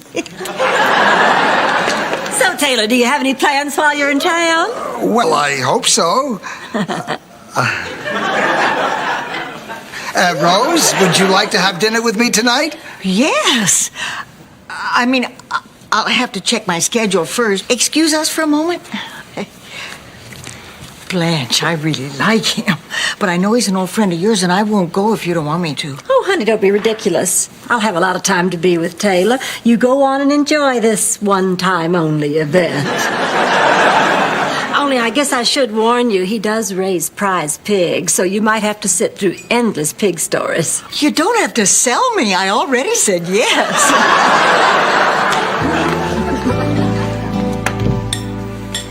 Well, I signed up for the Love Doctor's class. I can't wait to go. I thought that thing was couples only. You can forget that. I've seen that look in your eye before. That's the same look you had when you asked me to fix your shower. What was wrong with that? You were using it at the time? I can't believe you're still whining about that. I had a shower cap on. It wasn't enough. Look, I really don't want to go to this class with you. I think that people's personal lives should be a private matter. I noticed. I tried asking you about your last date. You refused to talk about it. You asked me if I got any. Well, did you?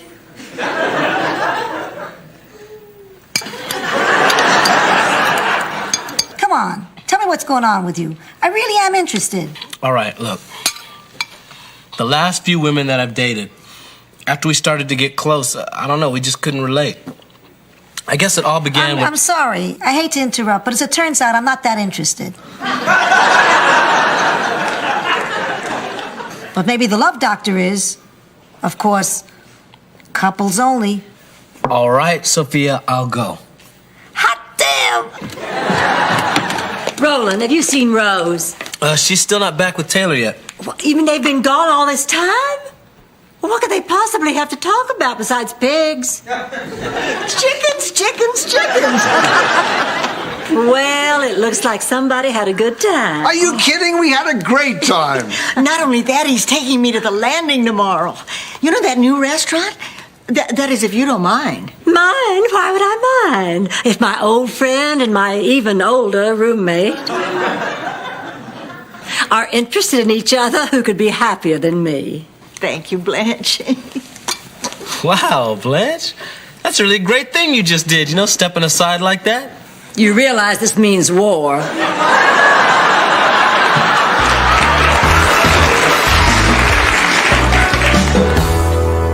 I'm sorry about the inconvenience, sir. The maid should have stocked your bathroom. We'll send somebody up right away. All right. Well, we're off to dinner. Wait, Rose, wait. Did you forget the toilet paper? It's a nice restaurant. I'm sure they'll have some. But I guess better safe than sorry. No, Rose, wait. We've been getting a lot of complaints. Nobody on the second floor has gotten their towels or their toilet paper or their soap. I did all those rooms hours ago. There must be some mistake. Well, would you mind checking into it, please? But that'll take an hour. We'll lose our reservations. No, that's all right. I'll wait here and we'll go somewhere else later. The Love Doctor. Couples only. Yeah, I'm going with Sophia. Okay, Taylor, let's go. I just ran into Rose. She doesn't want those reservations to go to waste, so she asked me to go in her place. But she said no that... buts. This is what Rose wants. Come on, let's go. Front desk. Yes, sir. She's on her way up right now. I'm sorry about the inconvenience. All right. Roland, I need the key to the supply closet. Where's Taylor? He just left with Blanche. They went to dinner. She said you didn't want those reservations wasted. But I never talked to Blanche. Will you look at all the toilet paper I found in the freezer? How many times do I have to tell Blanche, please don't freeze the Charmin? Chewy. I mean, who's gonna want to use frozen toilet paper? At my age, any thrill will do.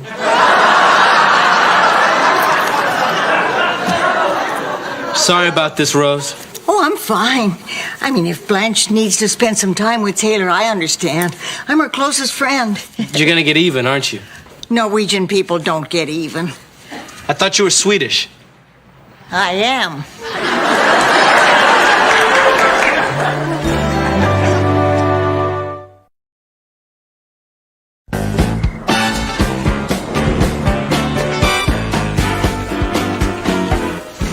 Come we have to do this. Forget it, Sophia. What's going on?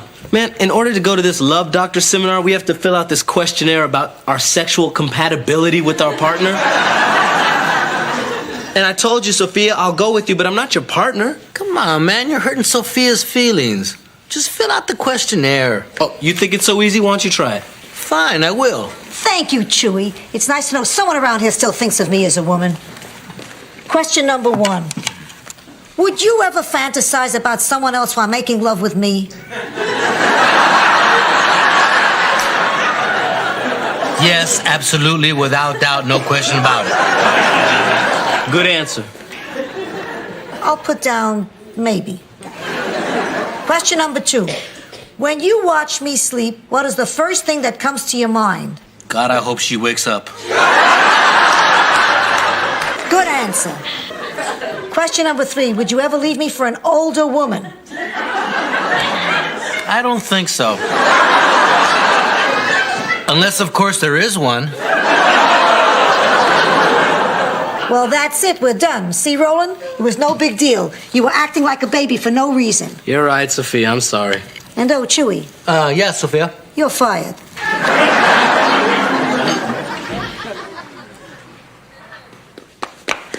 Where's the fire?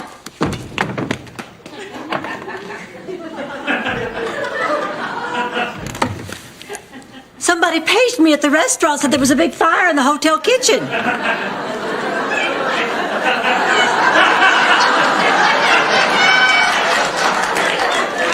Don't worry, Blanche. I was able to put that fire out with all the cold toilet paper in the freezer. I don't have the faintest idea what you're prattling on about. You sabotaged my date. Did you think I was too dumb to figure it out? Frankly, yes. Admit it. It's just driving you crazy that Taylor likes me better than you. That's why you're being so competitive. I don't need to be competitive with you. This is not some kind of race. Ladies? What? Is everything all right? Oh, it was just a stupid false alarm, Taylor, that ruined a perfectly good evening. But what do you say we try it again tomorrow night, this time with no interruptions? That won't be possible. We've already made plans to have dinner alone tomorrow night. I'm sure Taylor would rather spend the evening with me.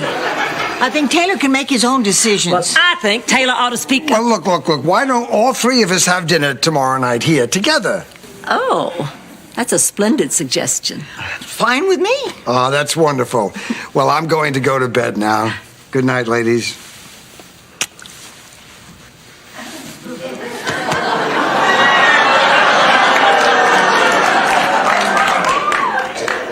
Oh, honey, I bet that hurt. Good.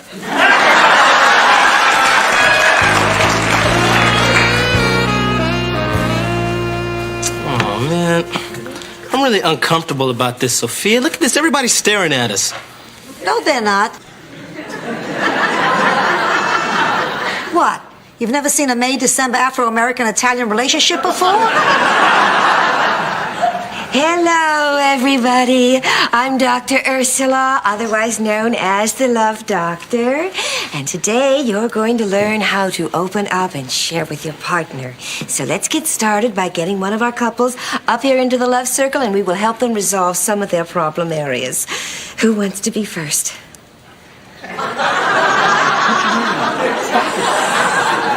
This looks like fertile ground. We don't have a problem. Yes, we do. Help us, Dr. Love. Sign here. What's this? It's a release form. You two are definitely in my next brochure.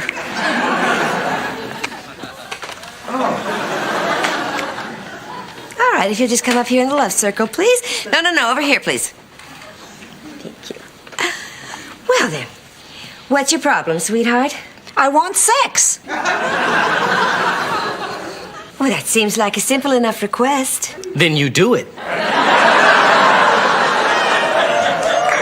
Well, in this class, we're actually less interested in sex and more interested in love. And one of the ways to express love is through touching exercises. No touching. You see what I have to put up with? Now, I want you to take each other by the hands.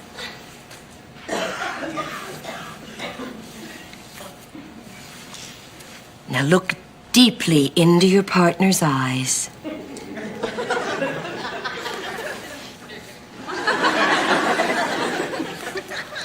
and say, hello, lover. Hello, lover.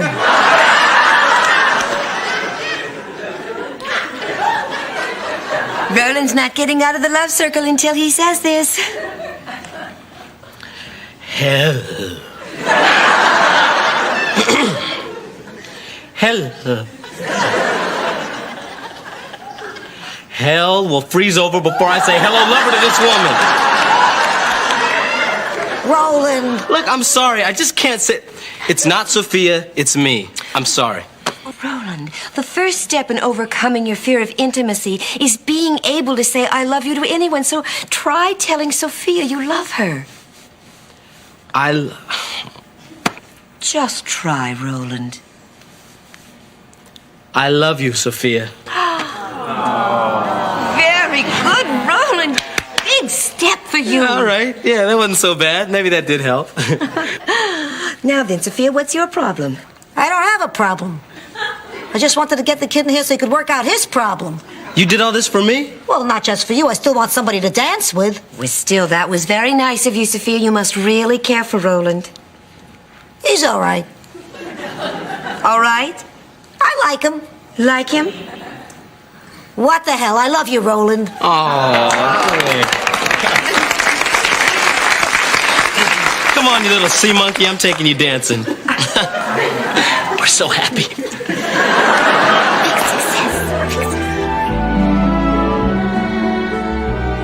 And that's where I found out what pig in the blanket really meant. Oh, Taylor, you have to stop. My stomach hurts from laughing so hard. Rose, would you push your chair back? All that jiggling is causing our coffee to spill.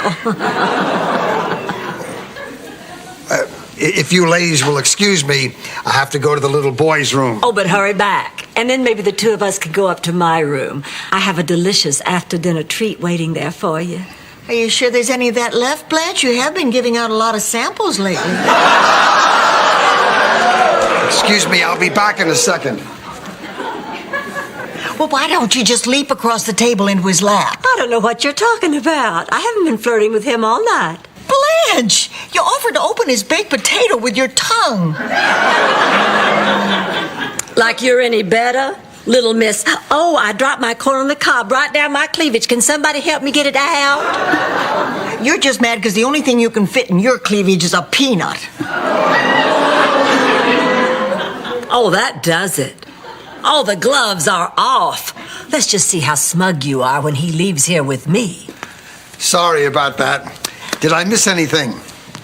Oh, well, Rose and I were just playing a little game.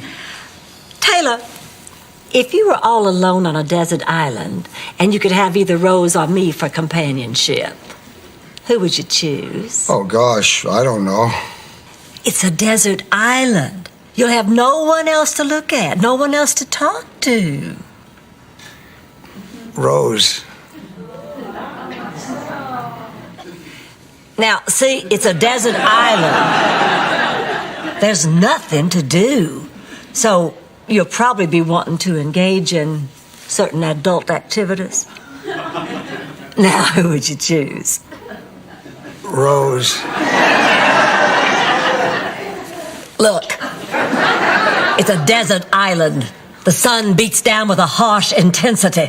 Anybody with a fair, Swedish skin's gonna end up looking like an old leather handbag before you know it. Now, who would you choose? Rose. Blanche, what's going on here? Nothing. Nothing's going on here. Nothing has ever been going on here. Not between you and me. Not 40 years ago, not now, not ever. For what it's worth, I would bring sunblock.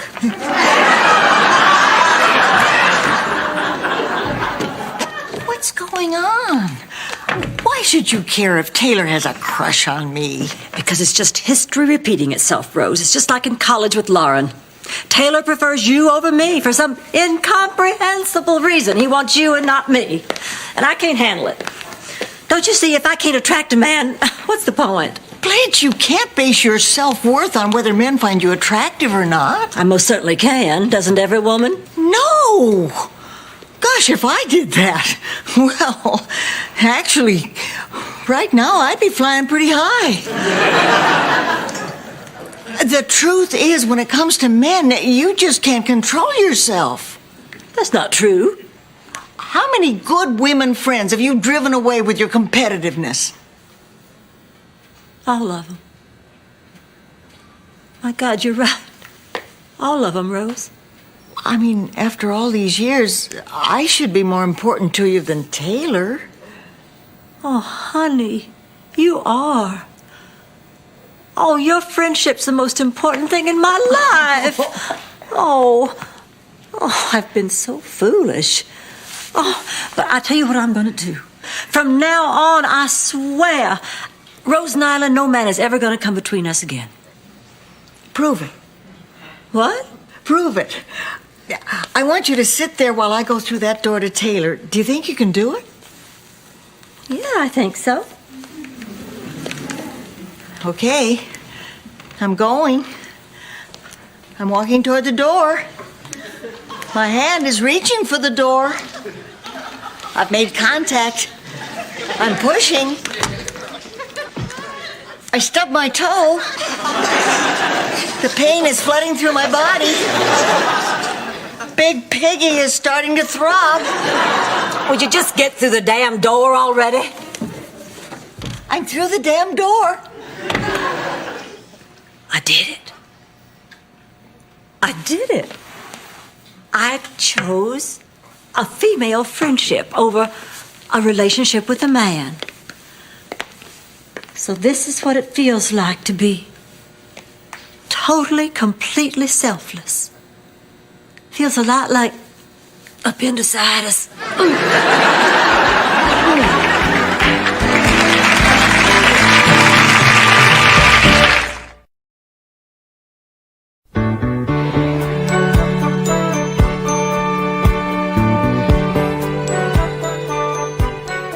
She's back.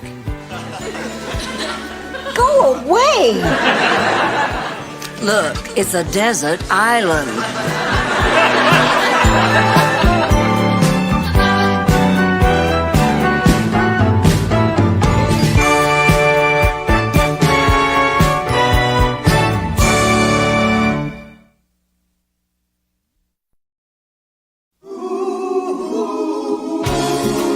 Thank you for being a friend. Traveling down the road and back again. Your heart is true. You're a pal and a confidant. And if you threw a party, invited everyone you knew, you would see the biggest gift would be for me. And the card attached would say, thank you for being a friend. Thank you for being a friend. Thank you for being a friend. Thank you for being a friend.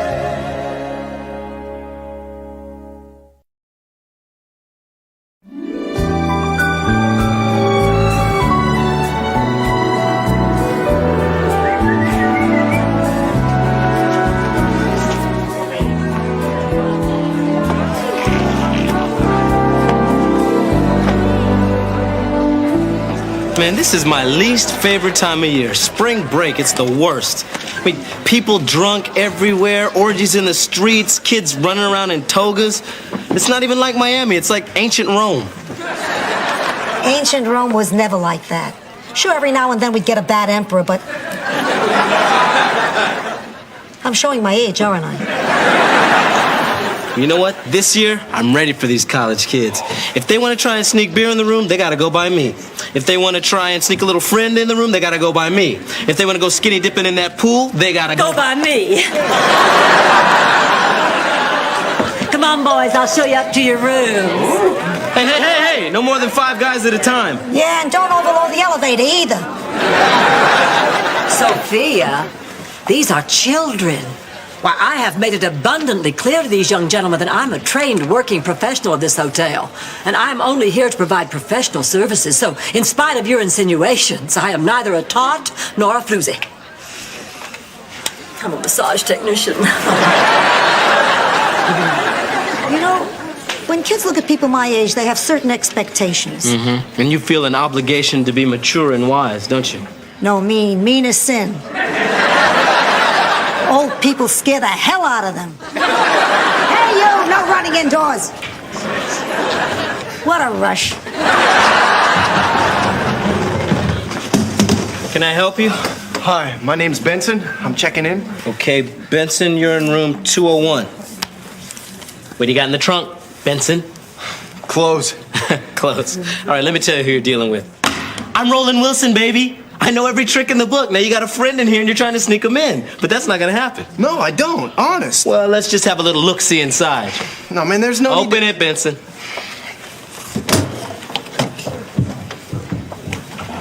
Look, I just want to check into room 201. All right, you're clean. But I'm gonna be watching you.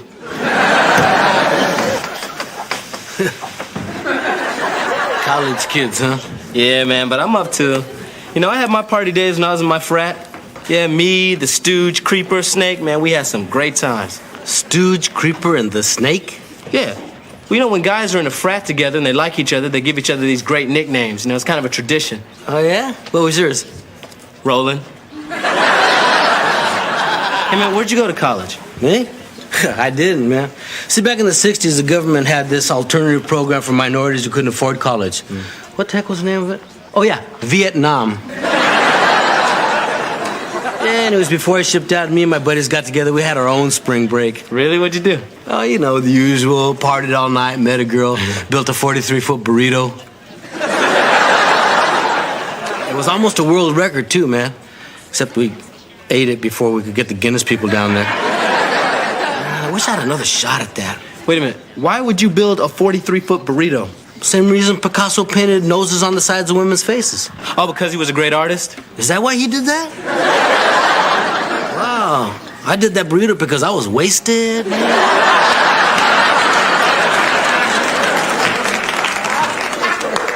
Has Charlene arrived yet? No, she should have been here an hour ago. I better call the airport at St. Olaf and check on the flight. I didn't know St. Olaf had an airport. Well, of course it has, silly. It's a major metropolitan area. Hello. Yes, is this the St. Olaf International Airport? Oh, yes, I can hold. He's giving someone a haircut.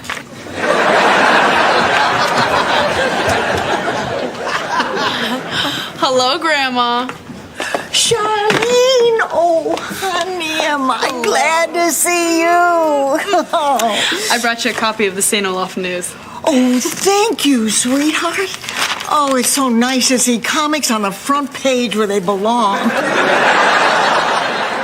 Oh, we're going to have such good times. We're going to have tea parties and braid each other's hair. Actually, Grandma, I'd like you to meet my boyfriend, Rick. Hi. He'll be staying here this weekend. Oh, silly me. You brought a boy with you. Well, you know what? I think it's almost long enough. I think his hair will braid up just fine. Actually, Grandma, we thought we'd go jet skiing this afternoon. Oh, that sounds exciting. Yeah, and tonight we thought we'd, check out some of the clubs. That sounds like fun. And we thought Rick and I could share a room. Sounds like a cold day in hell.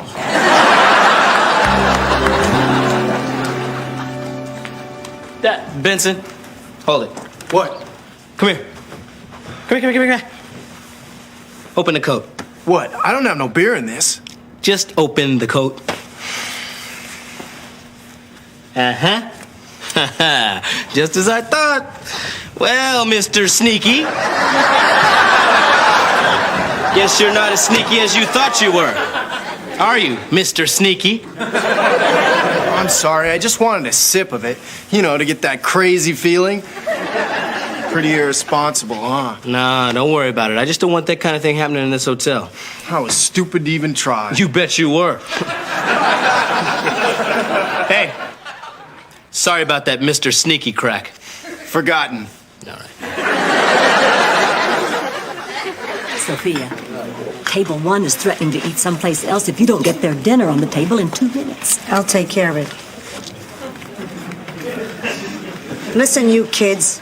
Don't mess with my work furlough program. I can't promise I won't kill again.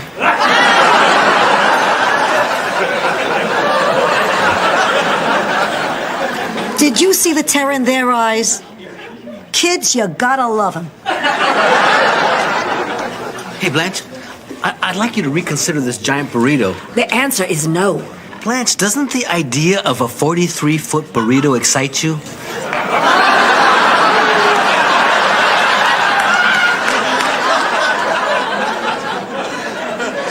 I must be getting jaded now.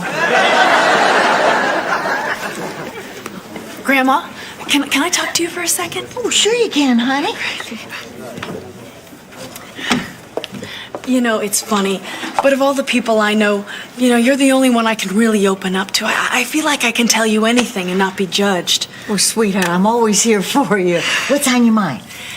Well, Rick and I have been dating for about a year now, and I really like him.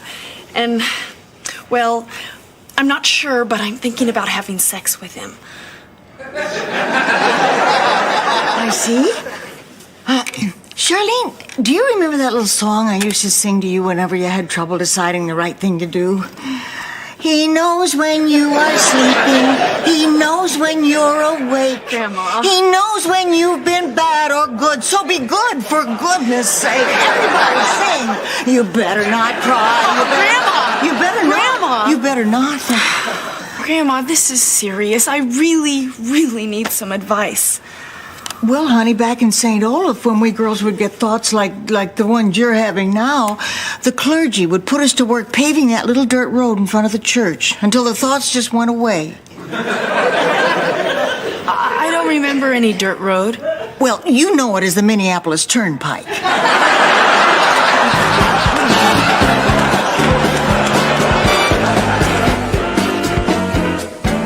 And now, the sting.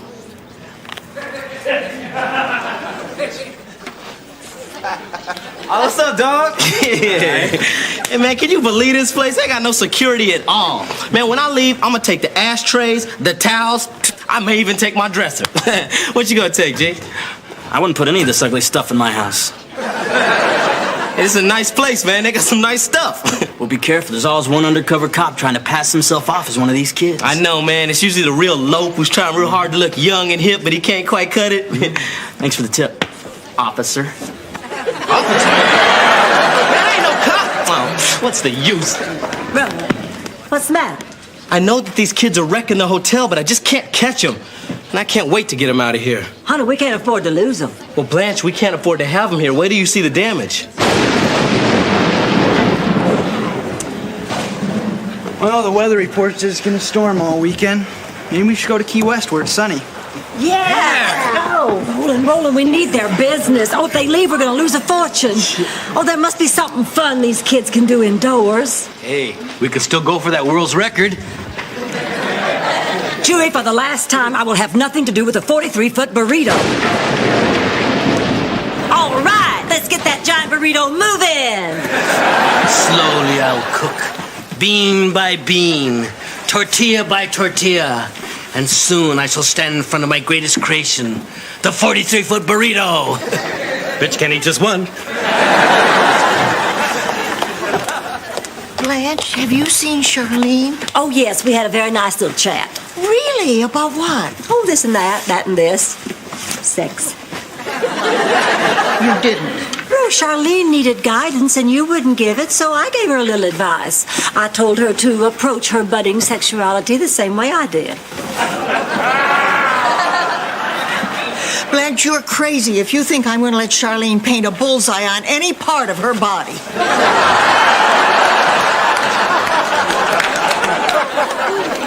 Charlene, open up. Tell me you didn't listen to Blanche.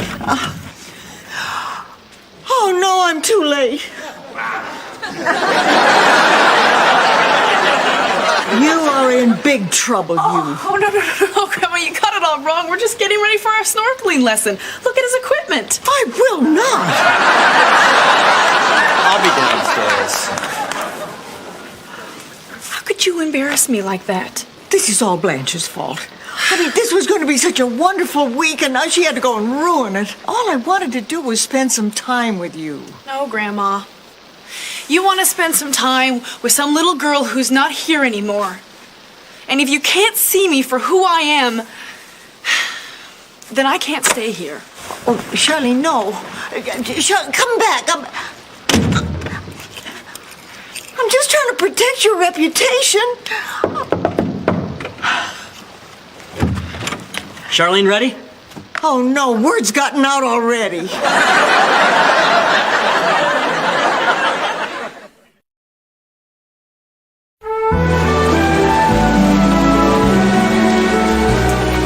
All right, boil that rice. Come on, grate that cheese.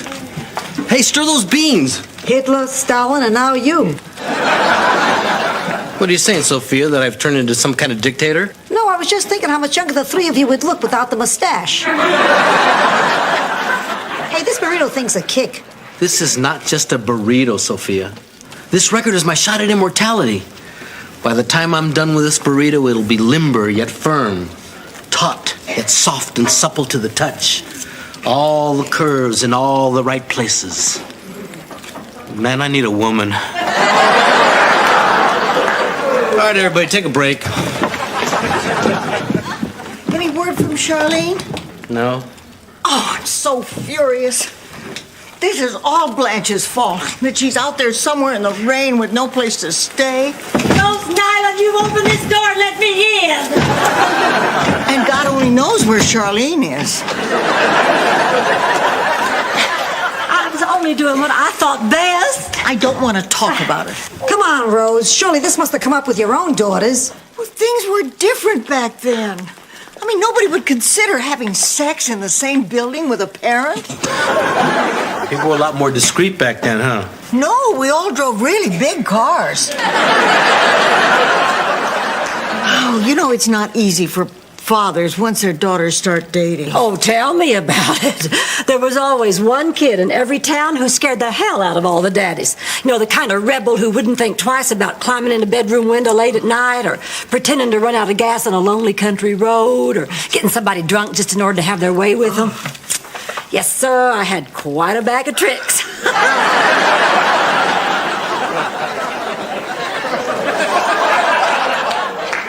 I'll never forget picking up Dolores at her father's house for our first date. I knock on the door and suddenly I'm face to face with this 300-pound monster with hairy arms opening a beer bottle through broken teeth. And what was her father like? Hey, you guys, listen to this. I was just out in the lobby, right? And there's this kid out there who's being really loud and obnoxious. And just as I opened my mouth to tell him to knock it off, this strange voice came out of me. And then suddenly I just realized something. We have a ventriloquist here at the hotel? No, Rose. It occurred to me that I sound just like my dad. Yeah, I was getting ready to yell at this kid the same way that my dad used to yell at me. It's weird, man. I'm starting to get old. Roland, don't you think you're being a little silly? No, I'm telling you, something is making me old before my time. I just wish I knew what it was. I don't know. It's anybody's guess. Beats me. Tums.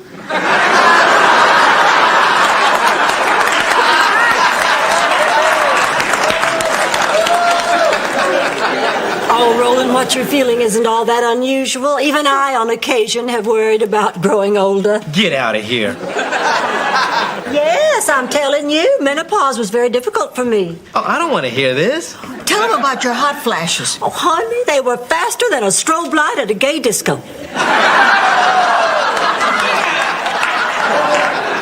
I really don't want to hear this. The change hit me overnight. I went to bed one night, young and beautiful. The next morning, I looked like a Barbie doll that somebody left on a radiator. But you don't want to hear this. No, oddly enough, that one I didn't mind too much. Well, it's a good thing you didn't mind it, because it happens to everybody. I mean, people grow. They change. I mean, nobody can be expected to just stay at the same stage throughout their whole life. Really? Isn't that what you're asking Charlene to do? I guess I am.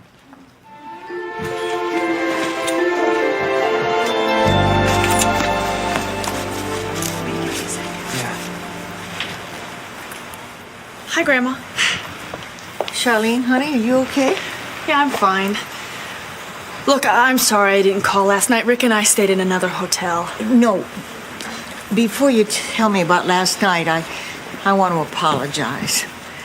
I mean, you came to me with a problem, and I wasn't there for you. But I want you to know that whatever decision you've reached, I'll accept. Rick and I didn't sleep together last night.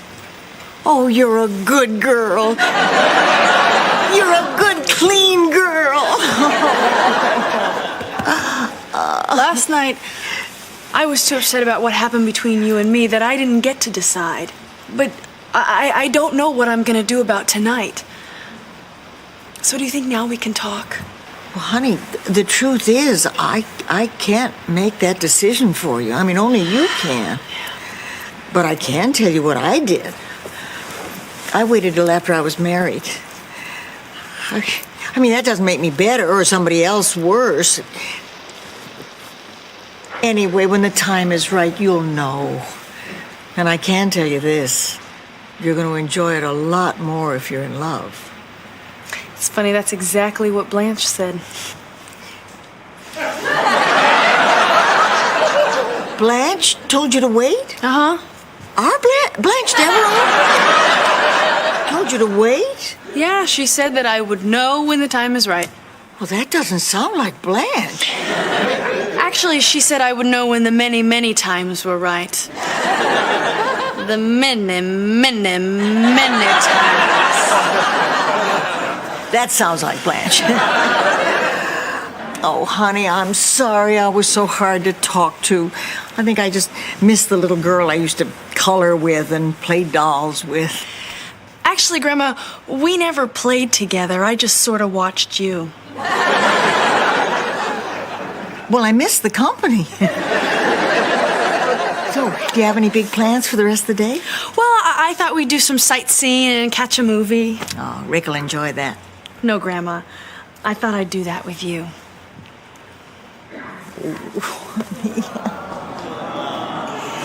Let's go get you a snack. Okay. Hey, what gives? Who put the padlock on my door? Party's over, Sneaky. What are you talking about? Face it, Sneaky, you've been out snuck. I know you've been hiding extra kids up in your room, and they're gonna stay there under lock and key until you cough up the extra dough. But I don't... Save it, Sneaky man. Look, you may have fooled me once. You may have fooled me twice. But this time I'm way ahead of you. So look, we're gonna go up to your room, and every extra kid I find up there, you're gonna pay for, all right? Fair enough. All right. All right, sneaklings, you're busted!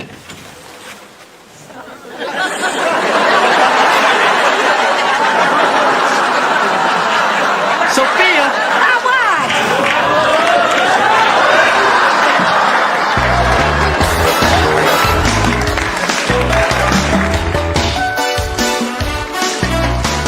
And now, we measure it.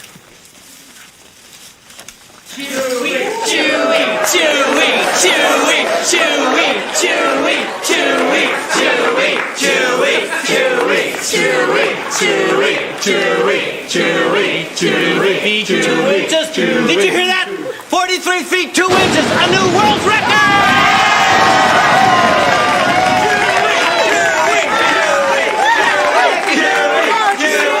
What a cute little burrito. Blanche, we just set a new world's record. Oh, that's nice. Nice? Do you have any idea how big it is? 43 feet 2 inches?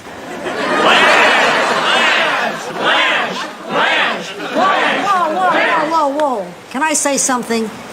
You know, Chewy, now that I've seen how hard you work and how important this burrito is to you, there's something I feel compelled to tell you. What is it, Sophia? I can't find my watch and I'm going in. Whoa, stop! Wait a minute, Sophia. And now the guys from the record book get here. And I've waited 24 years for this, and nothing can stop me now. Listen, everybody, we've got a problem. What's the matter? They just issued a flash flood warning on the news. They want all the businesses to use whatever means necessary to keep water damage at a minimum. Well, we'll just get some sandbags from the fire department. We don't have time for that. No, we have to use everything around here that's able to soak up lots and lots of water.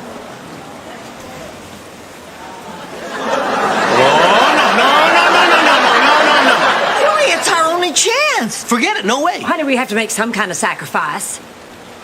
How about if we throw the old lady in a volcano? How can that help? How can it hurt? Okay.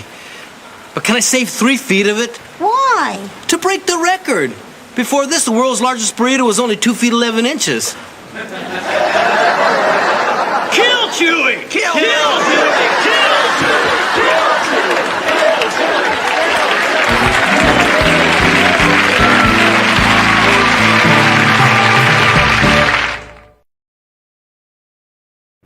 Well, they got past me last year, and okay. They got past me this year. But from now on, no other kids are getting out of this hotel without paying their bill.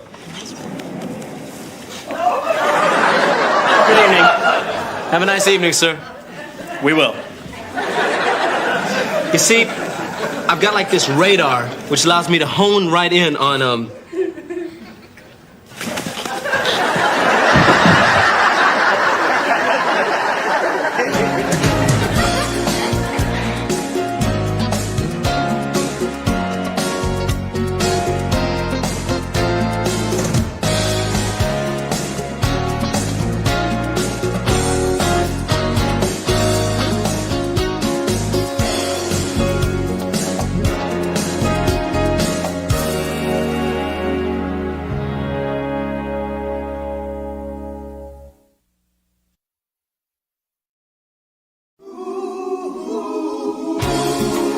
Thank you for being a friend. Traveling down the road and back again. Your heart is true. You're a pal and a confidant. And if you threw a party, invited everyone you knew, you would see the biggest it would be for me. And the card attached would say, thank you for being a friend. Thank you for being a friend. Thank you for being a friend. Thank you for being a friend.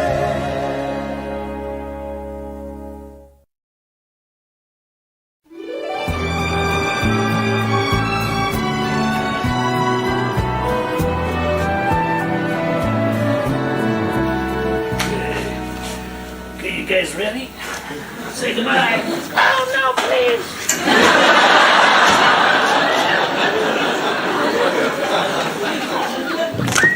Now, Chewie, remember, everything's got to be just right today. A very important group is checking in. The daughters of the traditional South.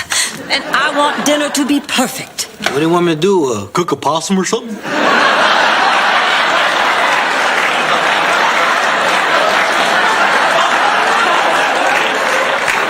Chewie, this means a lot to me. Well, I took care of all the rooms for your Southern Belles like you asked. I put a mint on every pillow. Sophia, you put a Fina mint on every pillow. Oh, I guess then around 2 a.m. the South will rise again.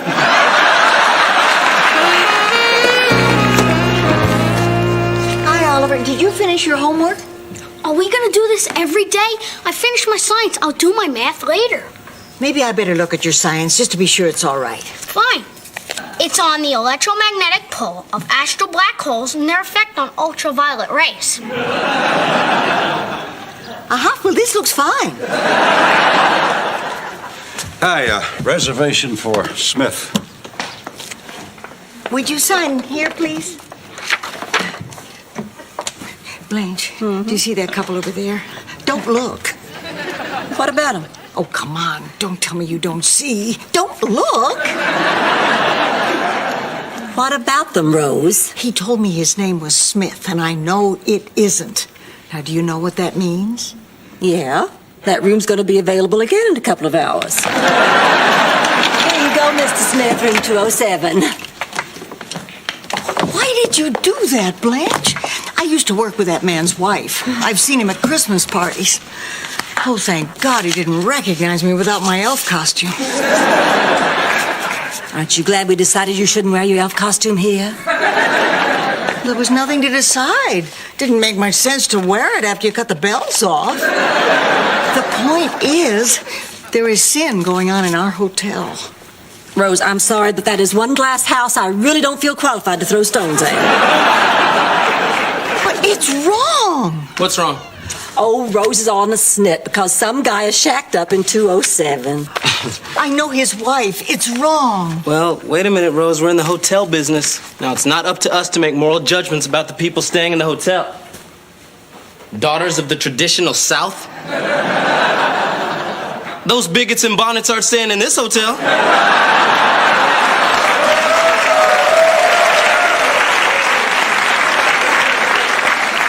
Roland, there is nothing wrong with the daughters of the traditional South. Oh, I see. When they put those sheets on over their heads, it must be some kind of salute to Casper the Friendly Ghost.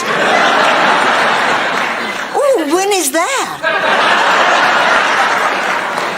Roland, this is not that kind of organization.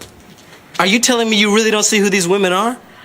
I am telling you that I see 10 rooms in our hotel rented for 3 nights at a time when we desperately need the business. You are overreacting. This is just a bunch of harmless little old ladies who like to get together and put on white gloves and have tea. And as you said, it's not our business to pass judgment on our guests. We're here to make people feel welcome. Fine. Where are you going? Oh, to get my jockey suit and lantern. I'm gonna go stand on the front lawn, make them feel right at home.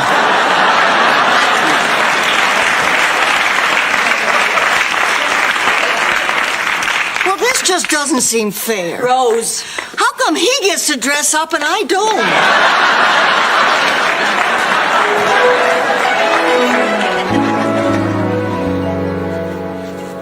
Rose, take table 5. Oh, no, not them. Do you know what they're doing here? I have a pretty good idea. I haven't seen drooling like that since they sat me at the zombie table at Shady Pines.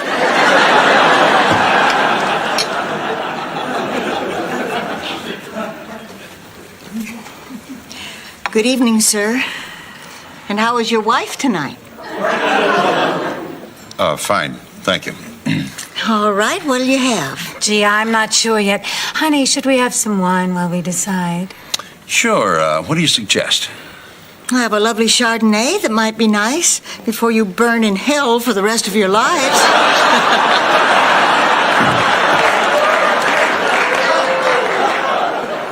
Rose, honey, as a general rule, don't damn the guests. I'm sorry, but this is a very personal matter to me. I've seen this all before. Let me tell you a little story about a couple I knew back in St. Olaf.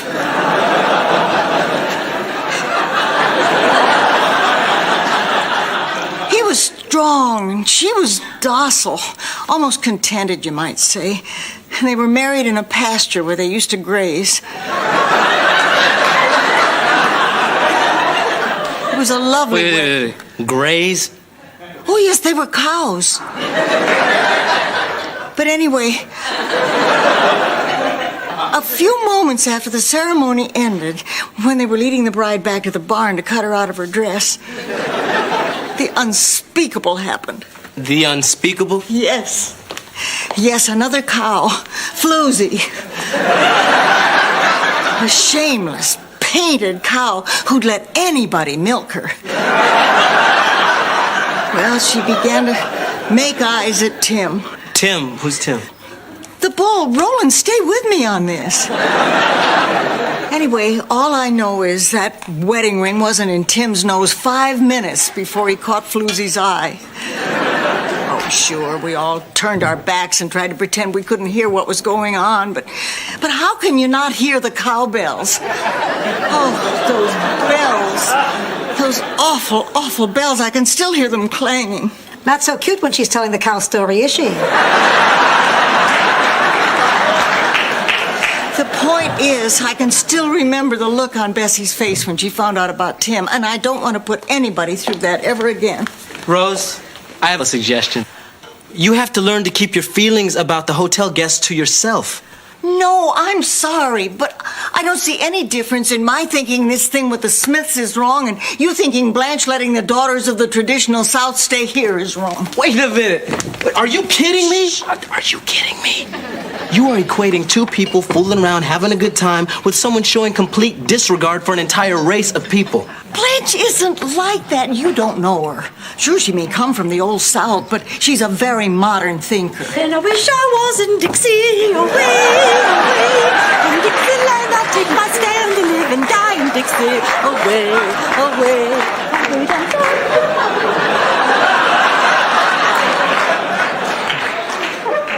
And the sad thing is, she isn't even wearing a hoop.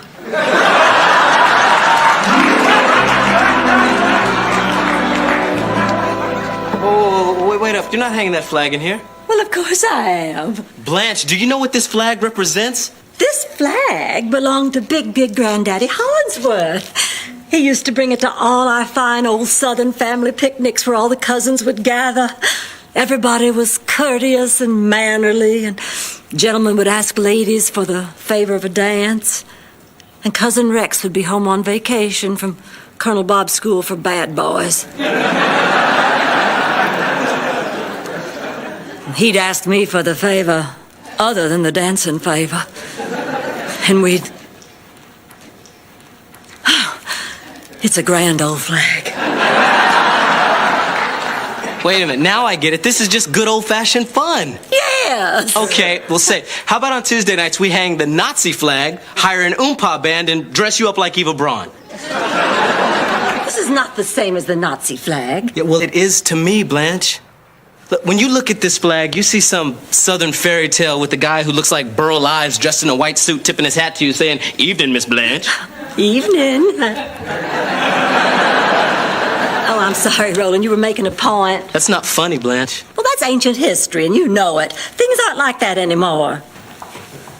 Uh-oh, here they come.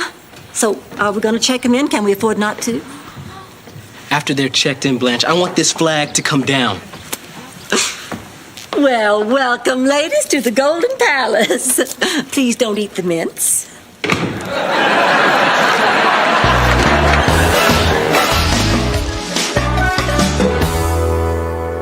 What's doing, Rose? Oh, it's pretty quiet. I've just been calling the Smiths every minute and a half so they won't have time to start rolling around. That's great. I did the same thing on Dorothy and Stan's honeymoon. Drove them crazy. You might want to try it with a German accent. Sophia, you're terrible.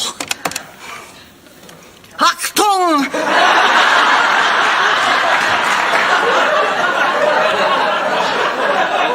Your strudel is ready and... I'm sorry, wrong number. They sounded scared. May I help you? Yes, a reservation for Mr. and Mrs. Smith. I see. Mr. and Mrs. Smith. Mr. and Mrs. Smith are here. That's right. Mr. Old enough to be her father, Smith. And the lovely Mrs. This sure beats doing it on the floor at the office, Smith. First of all, you can kiss Employee of the Month goodbye. Again? Look, Rose, I know these people. They're regular customers. They really are the Smiths. Oh, my gosh. Achtung! I'm an exchange student. Wait a minute, why is that flag still there? I guess Blanche didn't get to it yet. Oh, I see. Hey, what are you doing? I don't want this here, Blanche. Well, I swear, if you're not making such a thing. You know, I remember once when Big Granddaddy Hollingsworth took... Look, just stop it. This flag, Mrs. Devereaux, is not about college football games or quilting bees or fried chicken on Sunday. It's about colleges that won't let me in. It's about companies that won't hire me. It is about crosses being burnt on people's lawns today. Not in the evil past, Blanche, today. And not just in the South, all over. The North is just as bad. Damn Yankees.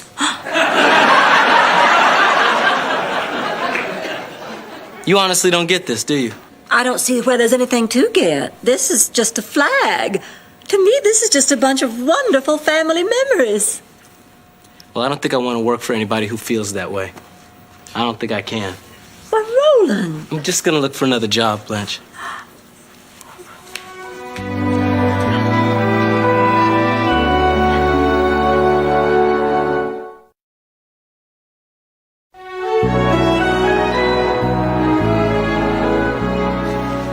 Hey, Chewy, what's this on tomorrow's lunch menu? Sausage on split bread? That's a hot dog. Who's gonna want that? Hey, let me tell you something. I have seen people, lots of people, like thousands of people line up for a little piece of sausage. And they do it because it's the only food available. And they suffer in silence as they inch up towards the head of the line with the rain beating down on them. So don't tell me I don't know what people want. It was that bad in the barrio? No, it was last Sunday at the Dolphins game.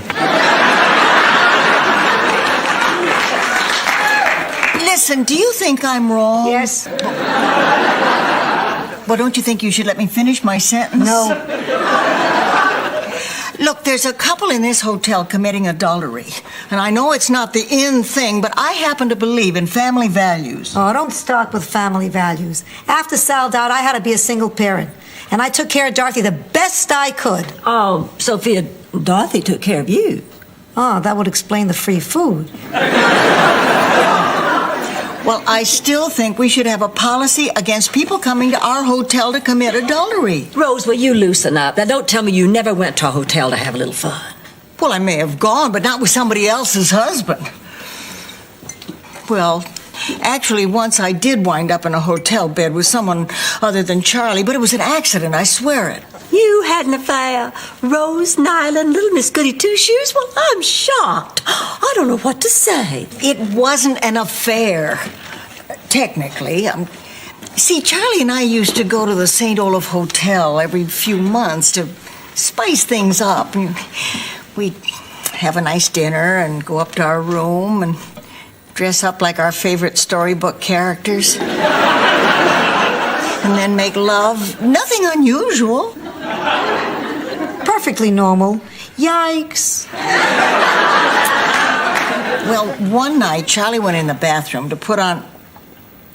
Well, this is a little embarrassing. Come on, Rose, we're all adults here. There's nothing to be embarrassed about. Come on. He went in to dress up like the big bad wolf.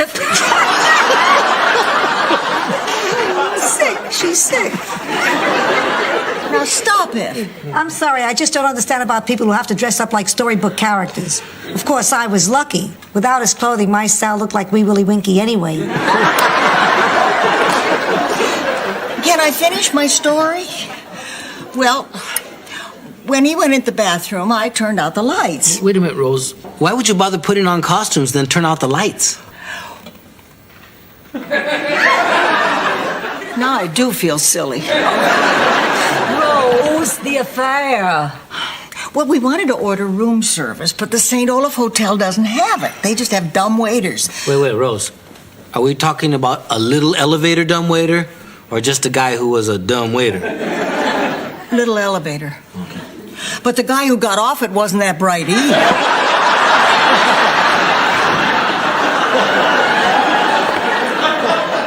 I mean, he saw me in bed and he crawled in.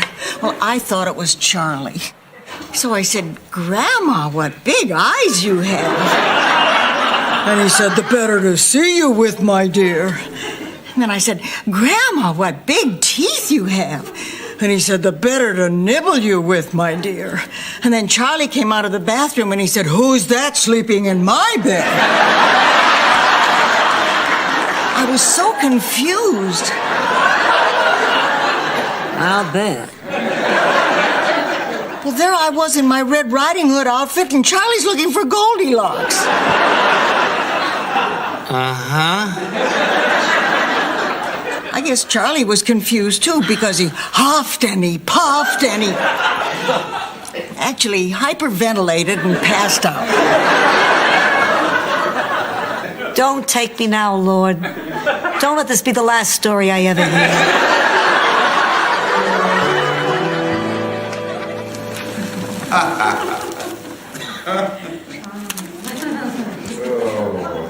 No, I'm going to be more tolerant.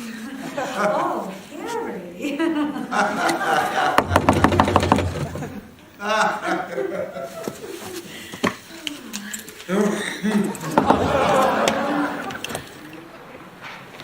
Please, wait, I'm sorry. It won't happen again. We're checking out at 207. Was something wrong? Yeah, this woman's what's wrong. Rose, what'd you do? Nothing. She completely invaded our privacy. Oh, come on. It's not like I got in bed with him. Okay, so I got in bed with him. She started singing hymns. She started babbling something about hearing cowbells ring. You know, this used to be a nice little discreet hotel. What are you turning it into? We're doing the best we can. You shouldn't have her here. And you shouldn't cheat on your wife. My wife is none of your business. It so happens this woman and I have a very special, meaningful relationship. I won't have you cheapen it. Let's go. Arlene. Right, Arlene. How could you? I'm sorry. Rose, we're barely making ends meet. We cannot afford to offend any guests. I said I'm sorry. You did the right thing, Rose. I did? I did the right thing. I did? Yeah. Sometimes what you believe is more important than business. Although what some people believe is unbelievable. Now, Roland, I am not some kind of bigot because I love this flag and I resent that implication. You just stop that right now. Oh, yes, ma'am, Miss Devereaux. Old Roland don't want to cause you no trouble at all. You hold on to that one. He's a good one. What did you say? He's a good one. Roland, wait. Hey, Roland, I don't feel like that woman in there. I don't feel that way at all. But can't you see, Blanche, that flag ties what you believe and what she believes together. Look, I'm telling you, the legacy of that flag is alive every time I walk down the street with a group of my friends and I see a white person cross over to the other side because they're afraid. Or look, when I'm in the elevator with somebody like you and you're all huddled over in the corner wondering what I'm gonna do, sometimes I just want to go, just to break the tension. So please don't tell me about that flag. I've battled that flag all my life. Look, Roland, I'm sorry. I am sorry for everything you have been through, but what am I supposed to do? What am I supposed to think about all my family, all my friends? All right, when I was in school, maybe I was a little less sensitive than I could have been. But I was just doing what all my friends were doing. They were my friends, and we were just acting like everybody we knew acted. Oh. And then when I had my first baby, well, the hospital was packed, and I had to share a room with a young black woman. George made a big stink about the accommodation. She had to have heard him. And I know her baby was every bit as cute as mine. Cuter, in fact. Rebecca was an ugly baby. Turned out fine. Ugly baby. You can get an idea of how she looked if you catch Sophia some morning with her teeth out.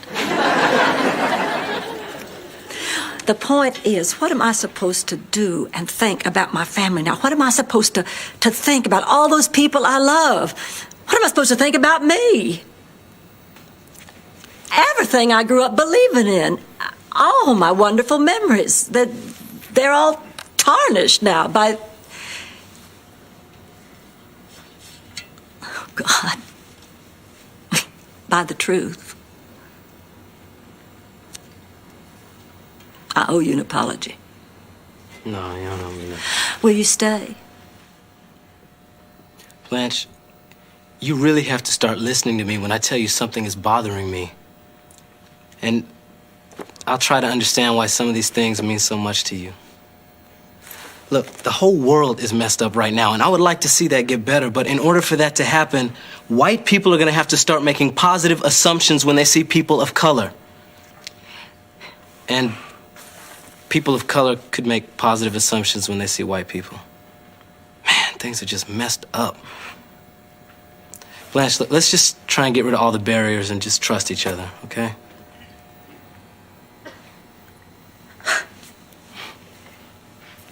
Right on.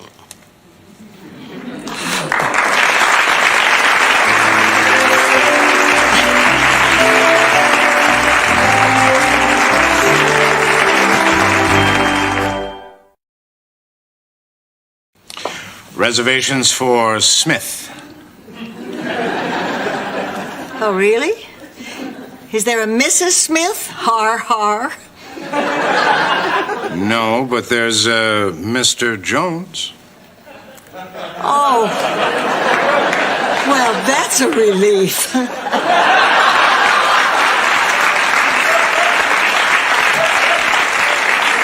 You just won't believe what goes on in the hotel business.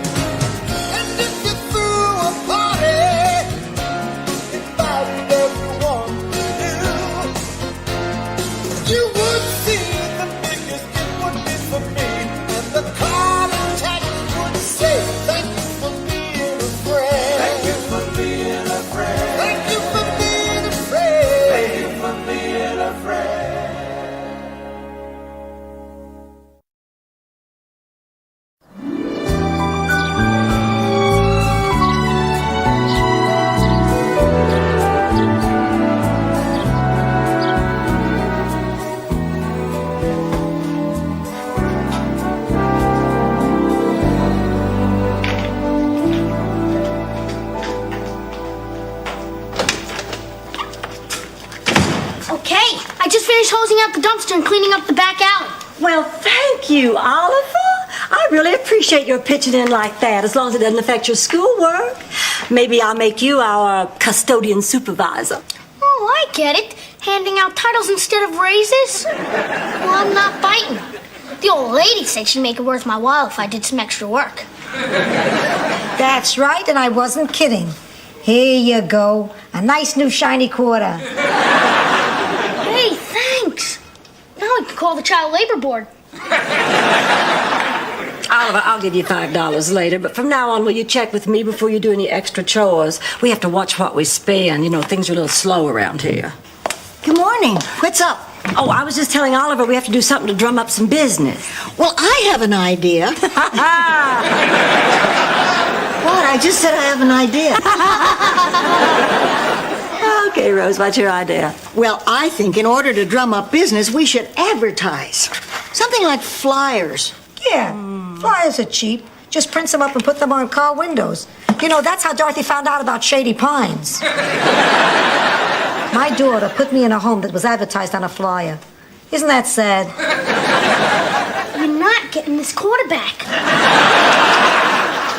I'm sorry, Rose, honey, but I just don't like flyers. Well, it doesn't have to be flyers. I mean, all we really have to do is write Golden Palace on something everybody sees. What do you say, Blanche? You up for another tattoo on your butt?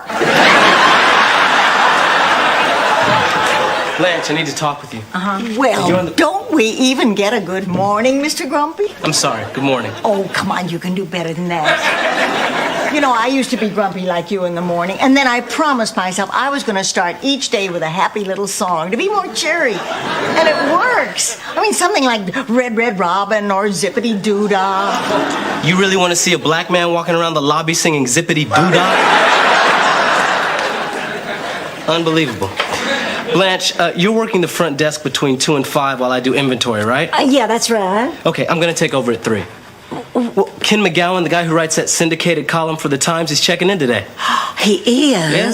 So I just want to make sure nothing goes wrong. So if it's okay with you, I'd feel more comfortable if I checked him in. Oh, well, I really appreciate that, Roland, but I think I'd rather handle it myself. Really, Blanche, why don't you let me? Well, because I think the person in charge of the hotel ought to check him in. I have an idea. No, really. In this case, I think I should be the one... You heard my decision. Fine. This is what you want to do. Do it. Well, thank you.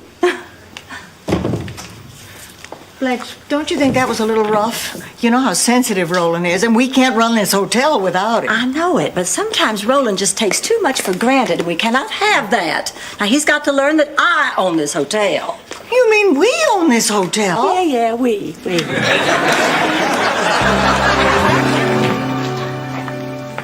Hey, Blanche, ring the old lady's room and tell her to meet me in the lobby. All right, Oliver, but you really shouldn't call Sophia the old lady. That is disrespectful. Okay. No answer. Wonder what the talking prune is up to now. You're right on time. Let's roll. What are you all doing this afternoon? I'm handing out flyers with talking prune. I told you not to tell people my Indian name. Wait a minute. These flyers have coupons for free margaritas. Yeah. The plan is they come here, get loaded, we take their car keys, then they have to check in. See, it's part of my get drunk and wake up in a strange Hotel America campaign. You're not handing out those flyers, Sophia. Golden Palace. You can't stop me. You have to check in that VIP. He's got homework to do. So he'll repeat 1 year. Blanche, guess what?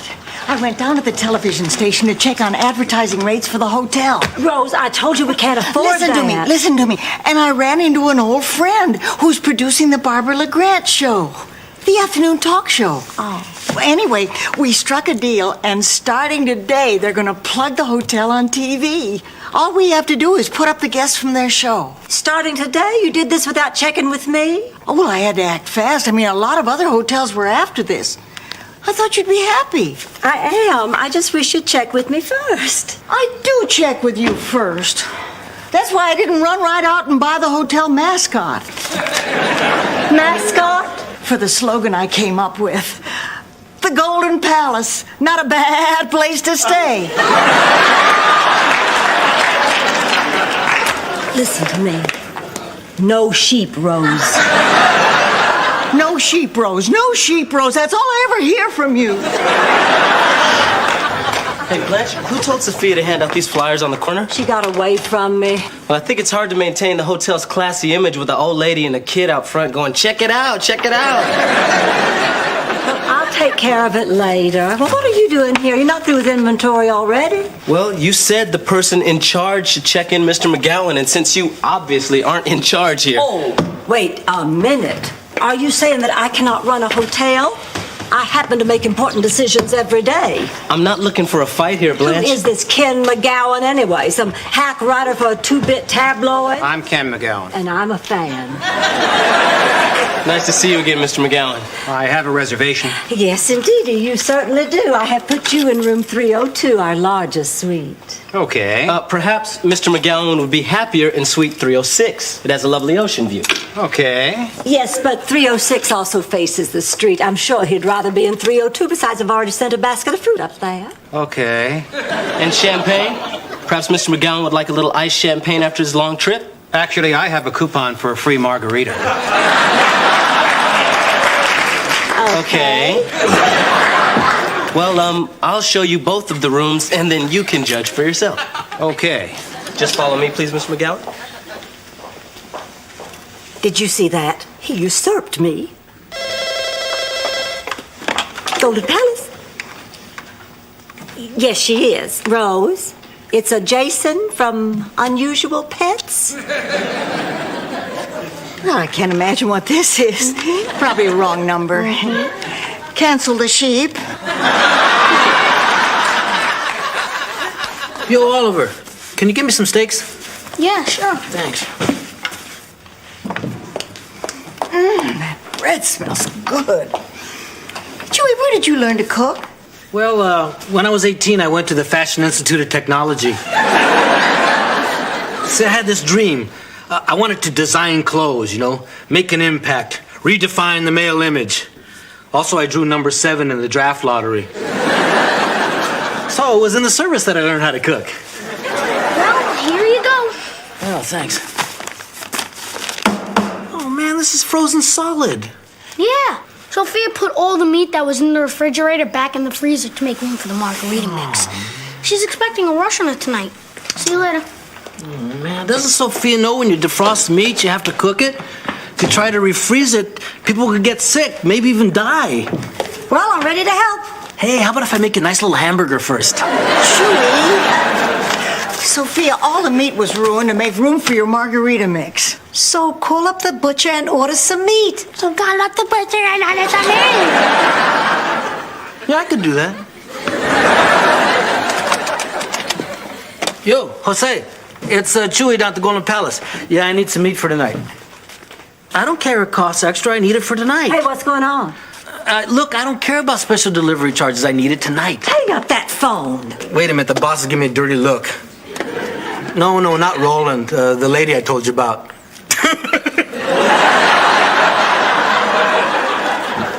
Yeah, that one. I gotta go. Chewy, I told you, anything you order for this kitchen has to be initialed by me first. Blanche, you're in here. You're supposed to be at the front desk. Roland, I'm not in a good mood right now. You tried singing Zippity Doo-Dah? There you go. Hey, what are you doing here anyway? It isn't even 4:30 yet. My shift isn't over till 5. Oh, it's almost time for our promo on TV. What promo? Oh, well, I got us a plug on the Barbara LeGrand show. All we have to do is put up her guests. Now, that's a great idea. That's really going to help our business. Well, Blanche didn't think so. She said I should check with her first. Yeah, me too. Me too, man. She said I had to check everything with her first. Man, just go back to the old way of doing things. Hey, that's twice you've usurped me. And if you have any other problems, Chewy, you come to me. Thrice! I got work to do. Roland, I'm talking to you.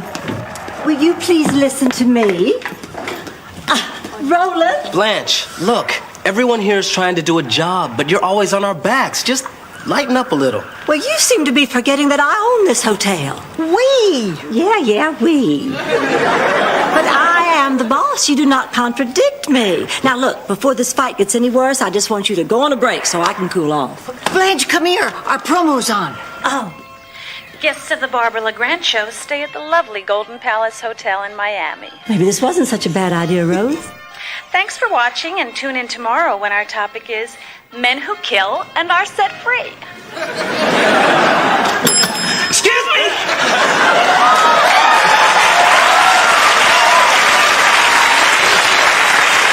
I'm doing the Barbara LeGrand show tomorrow. Could I get my room, please?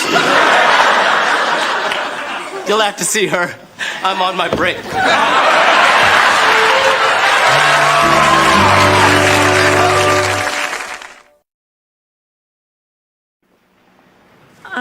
Did you say that you're doing the Barbara LeGrand show tomorrow? Yes, I'm a guest on the show tomorrow, and I'm very nervous about it, so I need a room that's very quiet. Our rooms are quiet. Of course, not so quiet that you wouldn't hear somebody if they scream for help. In that case, give me a room away from people. You see, I'm a loner. Nothing wrong with being a loner. Rose, why don't you come over here and help me check in, Mr. Cosay, Gordon M. Cosay. And what does the M stand for? McRae. My parents were big fans of Gordon McRae, so all my life I grew up hearing, why can't you be more like Gordon McRae? How the hell are you supposed to be more like Gordon McRae? I don't know. May we give you a hand with your bag? Please don't touch my things. I hate it when people touch my things. Don't touch his things, Rose. Don't you worry about a thing now. Look here, we're going to put you in room 312. It's very quiet, Mr. McRae. Go stay! McRae's just my stupid middle name. I'm going to my room now. Go with God. Happy hour! Who wants a free margarita? You look like you could use a drink. I really shouldn't, but what the hell?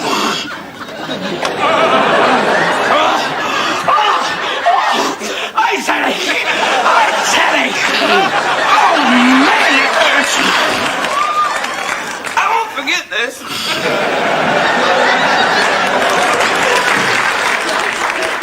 We're all gonna die. Oh, yeah. He's okay. He's just one of those poor souls who kills people. We're all gonna die. Don't say that. We have a murderer in the hotel, and Sophia's giving him drinks. Oh, we're all gonna die. Yeah, and it's all your fault. Now, what are we gonna do? Well, you're gonna go tell him he has to leave. Me? Well, don't forget, you own this hotel.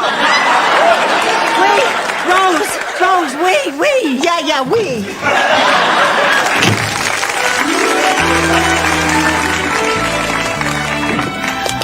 Chewie, the killer wants his steak, and he wants it right now.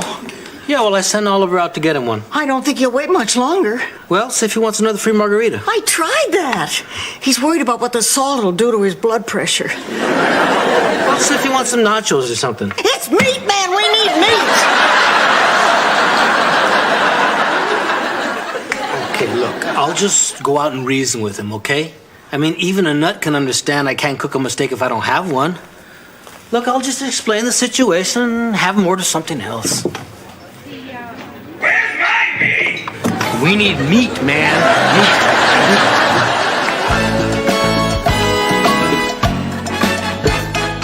I bet 3. You're bluffing, Grandma. I don't see any fruit. All right, a call. Pair of 9s. 3 threes. 3. Mama's gonna bake herself a pie. Want another one? Yeah, sure, why not? What's going on down here? Oh, Sophia got my pot. Oh, well, she's a good cook, too. I'm sure she'll use it well. No, not that pot. The other kind. All right, what in the hell is going on here? What? We were playing poker and she won. What'd you think? Oh. Wait a minute. Blanche, I'm shocked. Do I look like the kind of guy that would smoke marijuana?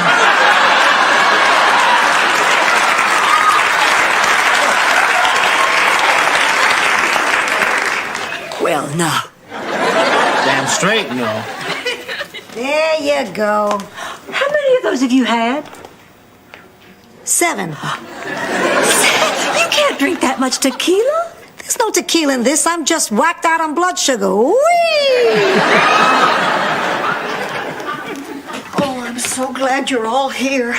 I can't sleep as long as that man is in this hotel. Well, I can't sleep either, but not because I'm scared. Because I'm so mad at Roland. And I'm a little bit mad at you all, too. What did we do? Well, you're not supporting me. Rose, do you have any idea how important this hotel is to me? All my life, I've wondered what it would be like to run my own business. You know, I can remember when I was younger and wanting to go into business for myself. Now, I sat myself down and I said, what is it that I'm really good at that would make me a lot of money? Ooh, ooh, ooh. It had to be something I enjoyed doing. And something that would benefit mankind. And of course, it had to be something that was legal. Oh. Did you ever go into business, Sophia? Yeah, I ran it out of our apartment in Brooklyn. I put a sign outside that read, "See Dorothy, world's biggest baby, 25 cents. You're kidding. I've seen baby pictures of Dorothy. She wasn't that big. No, but she had a big head. So I got a couple of salamis, put a pair of baby shoes on them, and stuck them in her PJs. She looked like she was about 4 feet long. Charlie and I were going to start a business once. We'd been on a trip to Washington, D.C., and we poured every dollar we had into getting the rights to run the gift shop at the White House. The White House belongs to the government. Private citizen can't run a gift shop there. I know. All right, I know. So you see, Blanche, we've all had our dreams, but we all want the hotel to work, especially Roland. I mean, you're getting mad at him for wanting the same thing you want. Roland's young. He has plenty of time for his dreams. Besides, he ought to apologize to me. I'm going to bed. Would you look in on Oliver? Yeah, sure. Good night.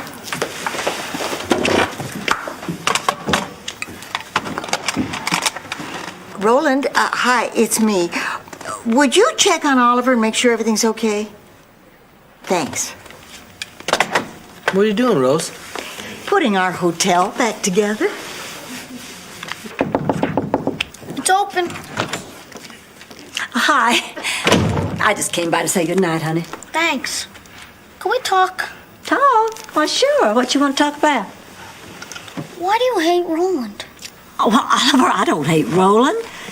We're just having a little misunderstanding. You see, I just want what's best for this hotel. Doesn't Roland want what's best for the hotel, too? I mean, why wouldn't he? This is our home.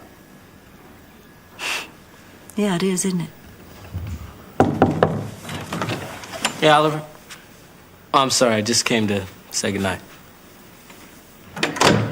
Well, aren't you going to go after him? Yeah, I know when I'm licked. Roland. Come over here. What, you want me to check with you if I want to say goodnight to Oliver now? Blanche, look, I'm his foster parent. I think I should be allowed to say goodnight to him. Roland, I'm going to make this short. You certainly do know a lot about the hotel business, so why don't you continue doing what you were doing before I started my little reign of terror? That's it? What do you mean, that's it? I don't even rate an apology? That was my apology. Excuse me? No. That was, I may have been a little bit wrong, but now that things are falling apart at the hotel, could you please go back to running it, Roland? Pardon me? You're just being oversensitive. Can I get some ice, please?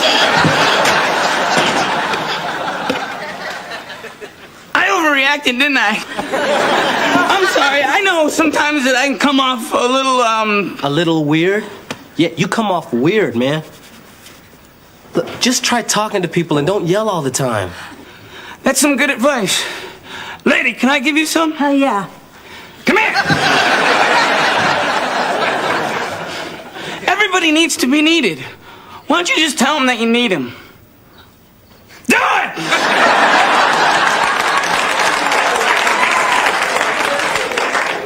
I need you. I need you too. Sweet dreams!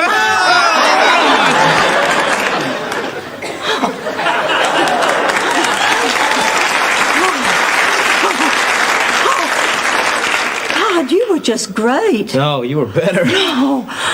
Listen, I meant what I said. I think maybe in my quest to make this hotel work, I sometimes forget to tell the people around me how much I need them.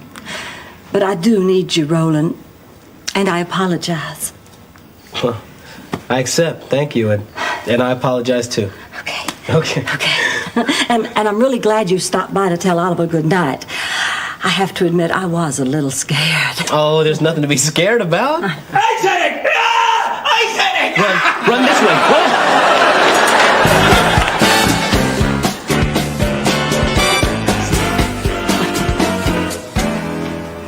Oh. Look who's up. Good afternoon, sleepyhead. How's that sugar hangover? Dry up your round-heeled mattress, Queen. What a zippity-doo-dah day. Good afternoon, Sophia. I'm gonna hurl. Hurry up. The Barbara LeGrand show's coming on. Don't you want to see our guest? Oh, yeah, that poor man. You know, he was kind of sad when you think of it. And welcome. Today's topic, men who kill and are set free. Just look at him, that poor, sad, scared thing. My first guest is from the Gainesville Prison for the Criminally Insane. Head psychiatrist, Dr. Gordon M. Cosset. Can you believe that? He's a psychiatrist. Well, I guess I didn't make such a stupid mistake after all. You know, Barbara, murderers need a stress-free environment. So I just want to say to all the killers on the panel, if you're looking for a place to relax, I highly recommend the Golden Palace.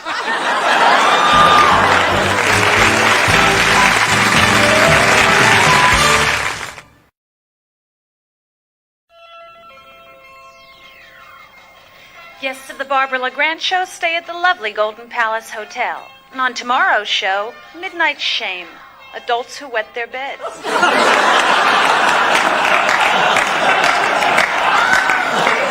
There's something we're used to, huh, babe?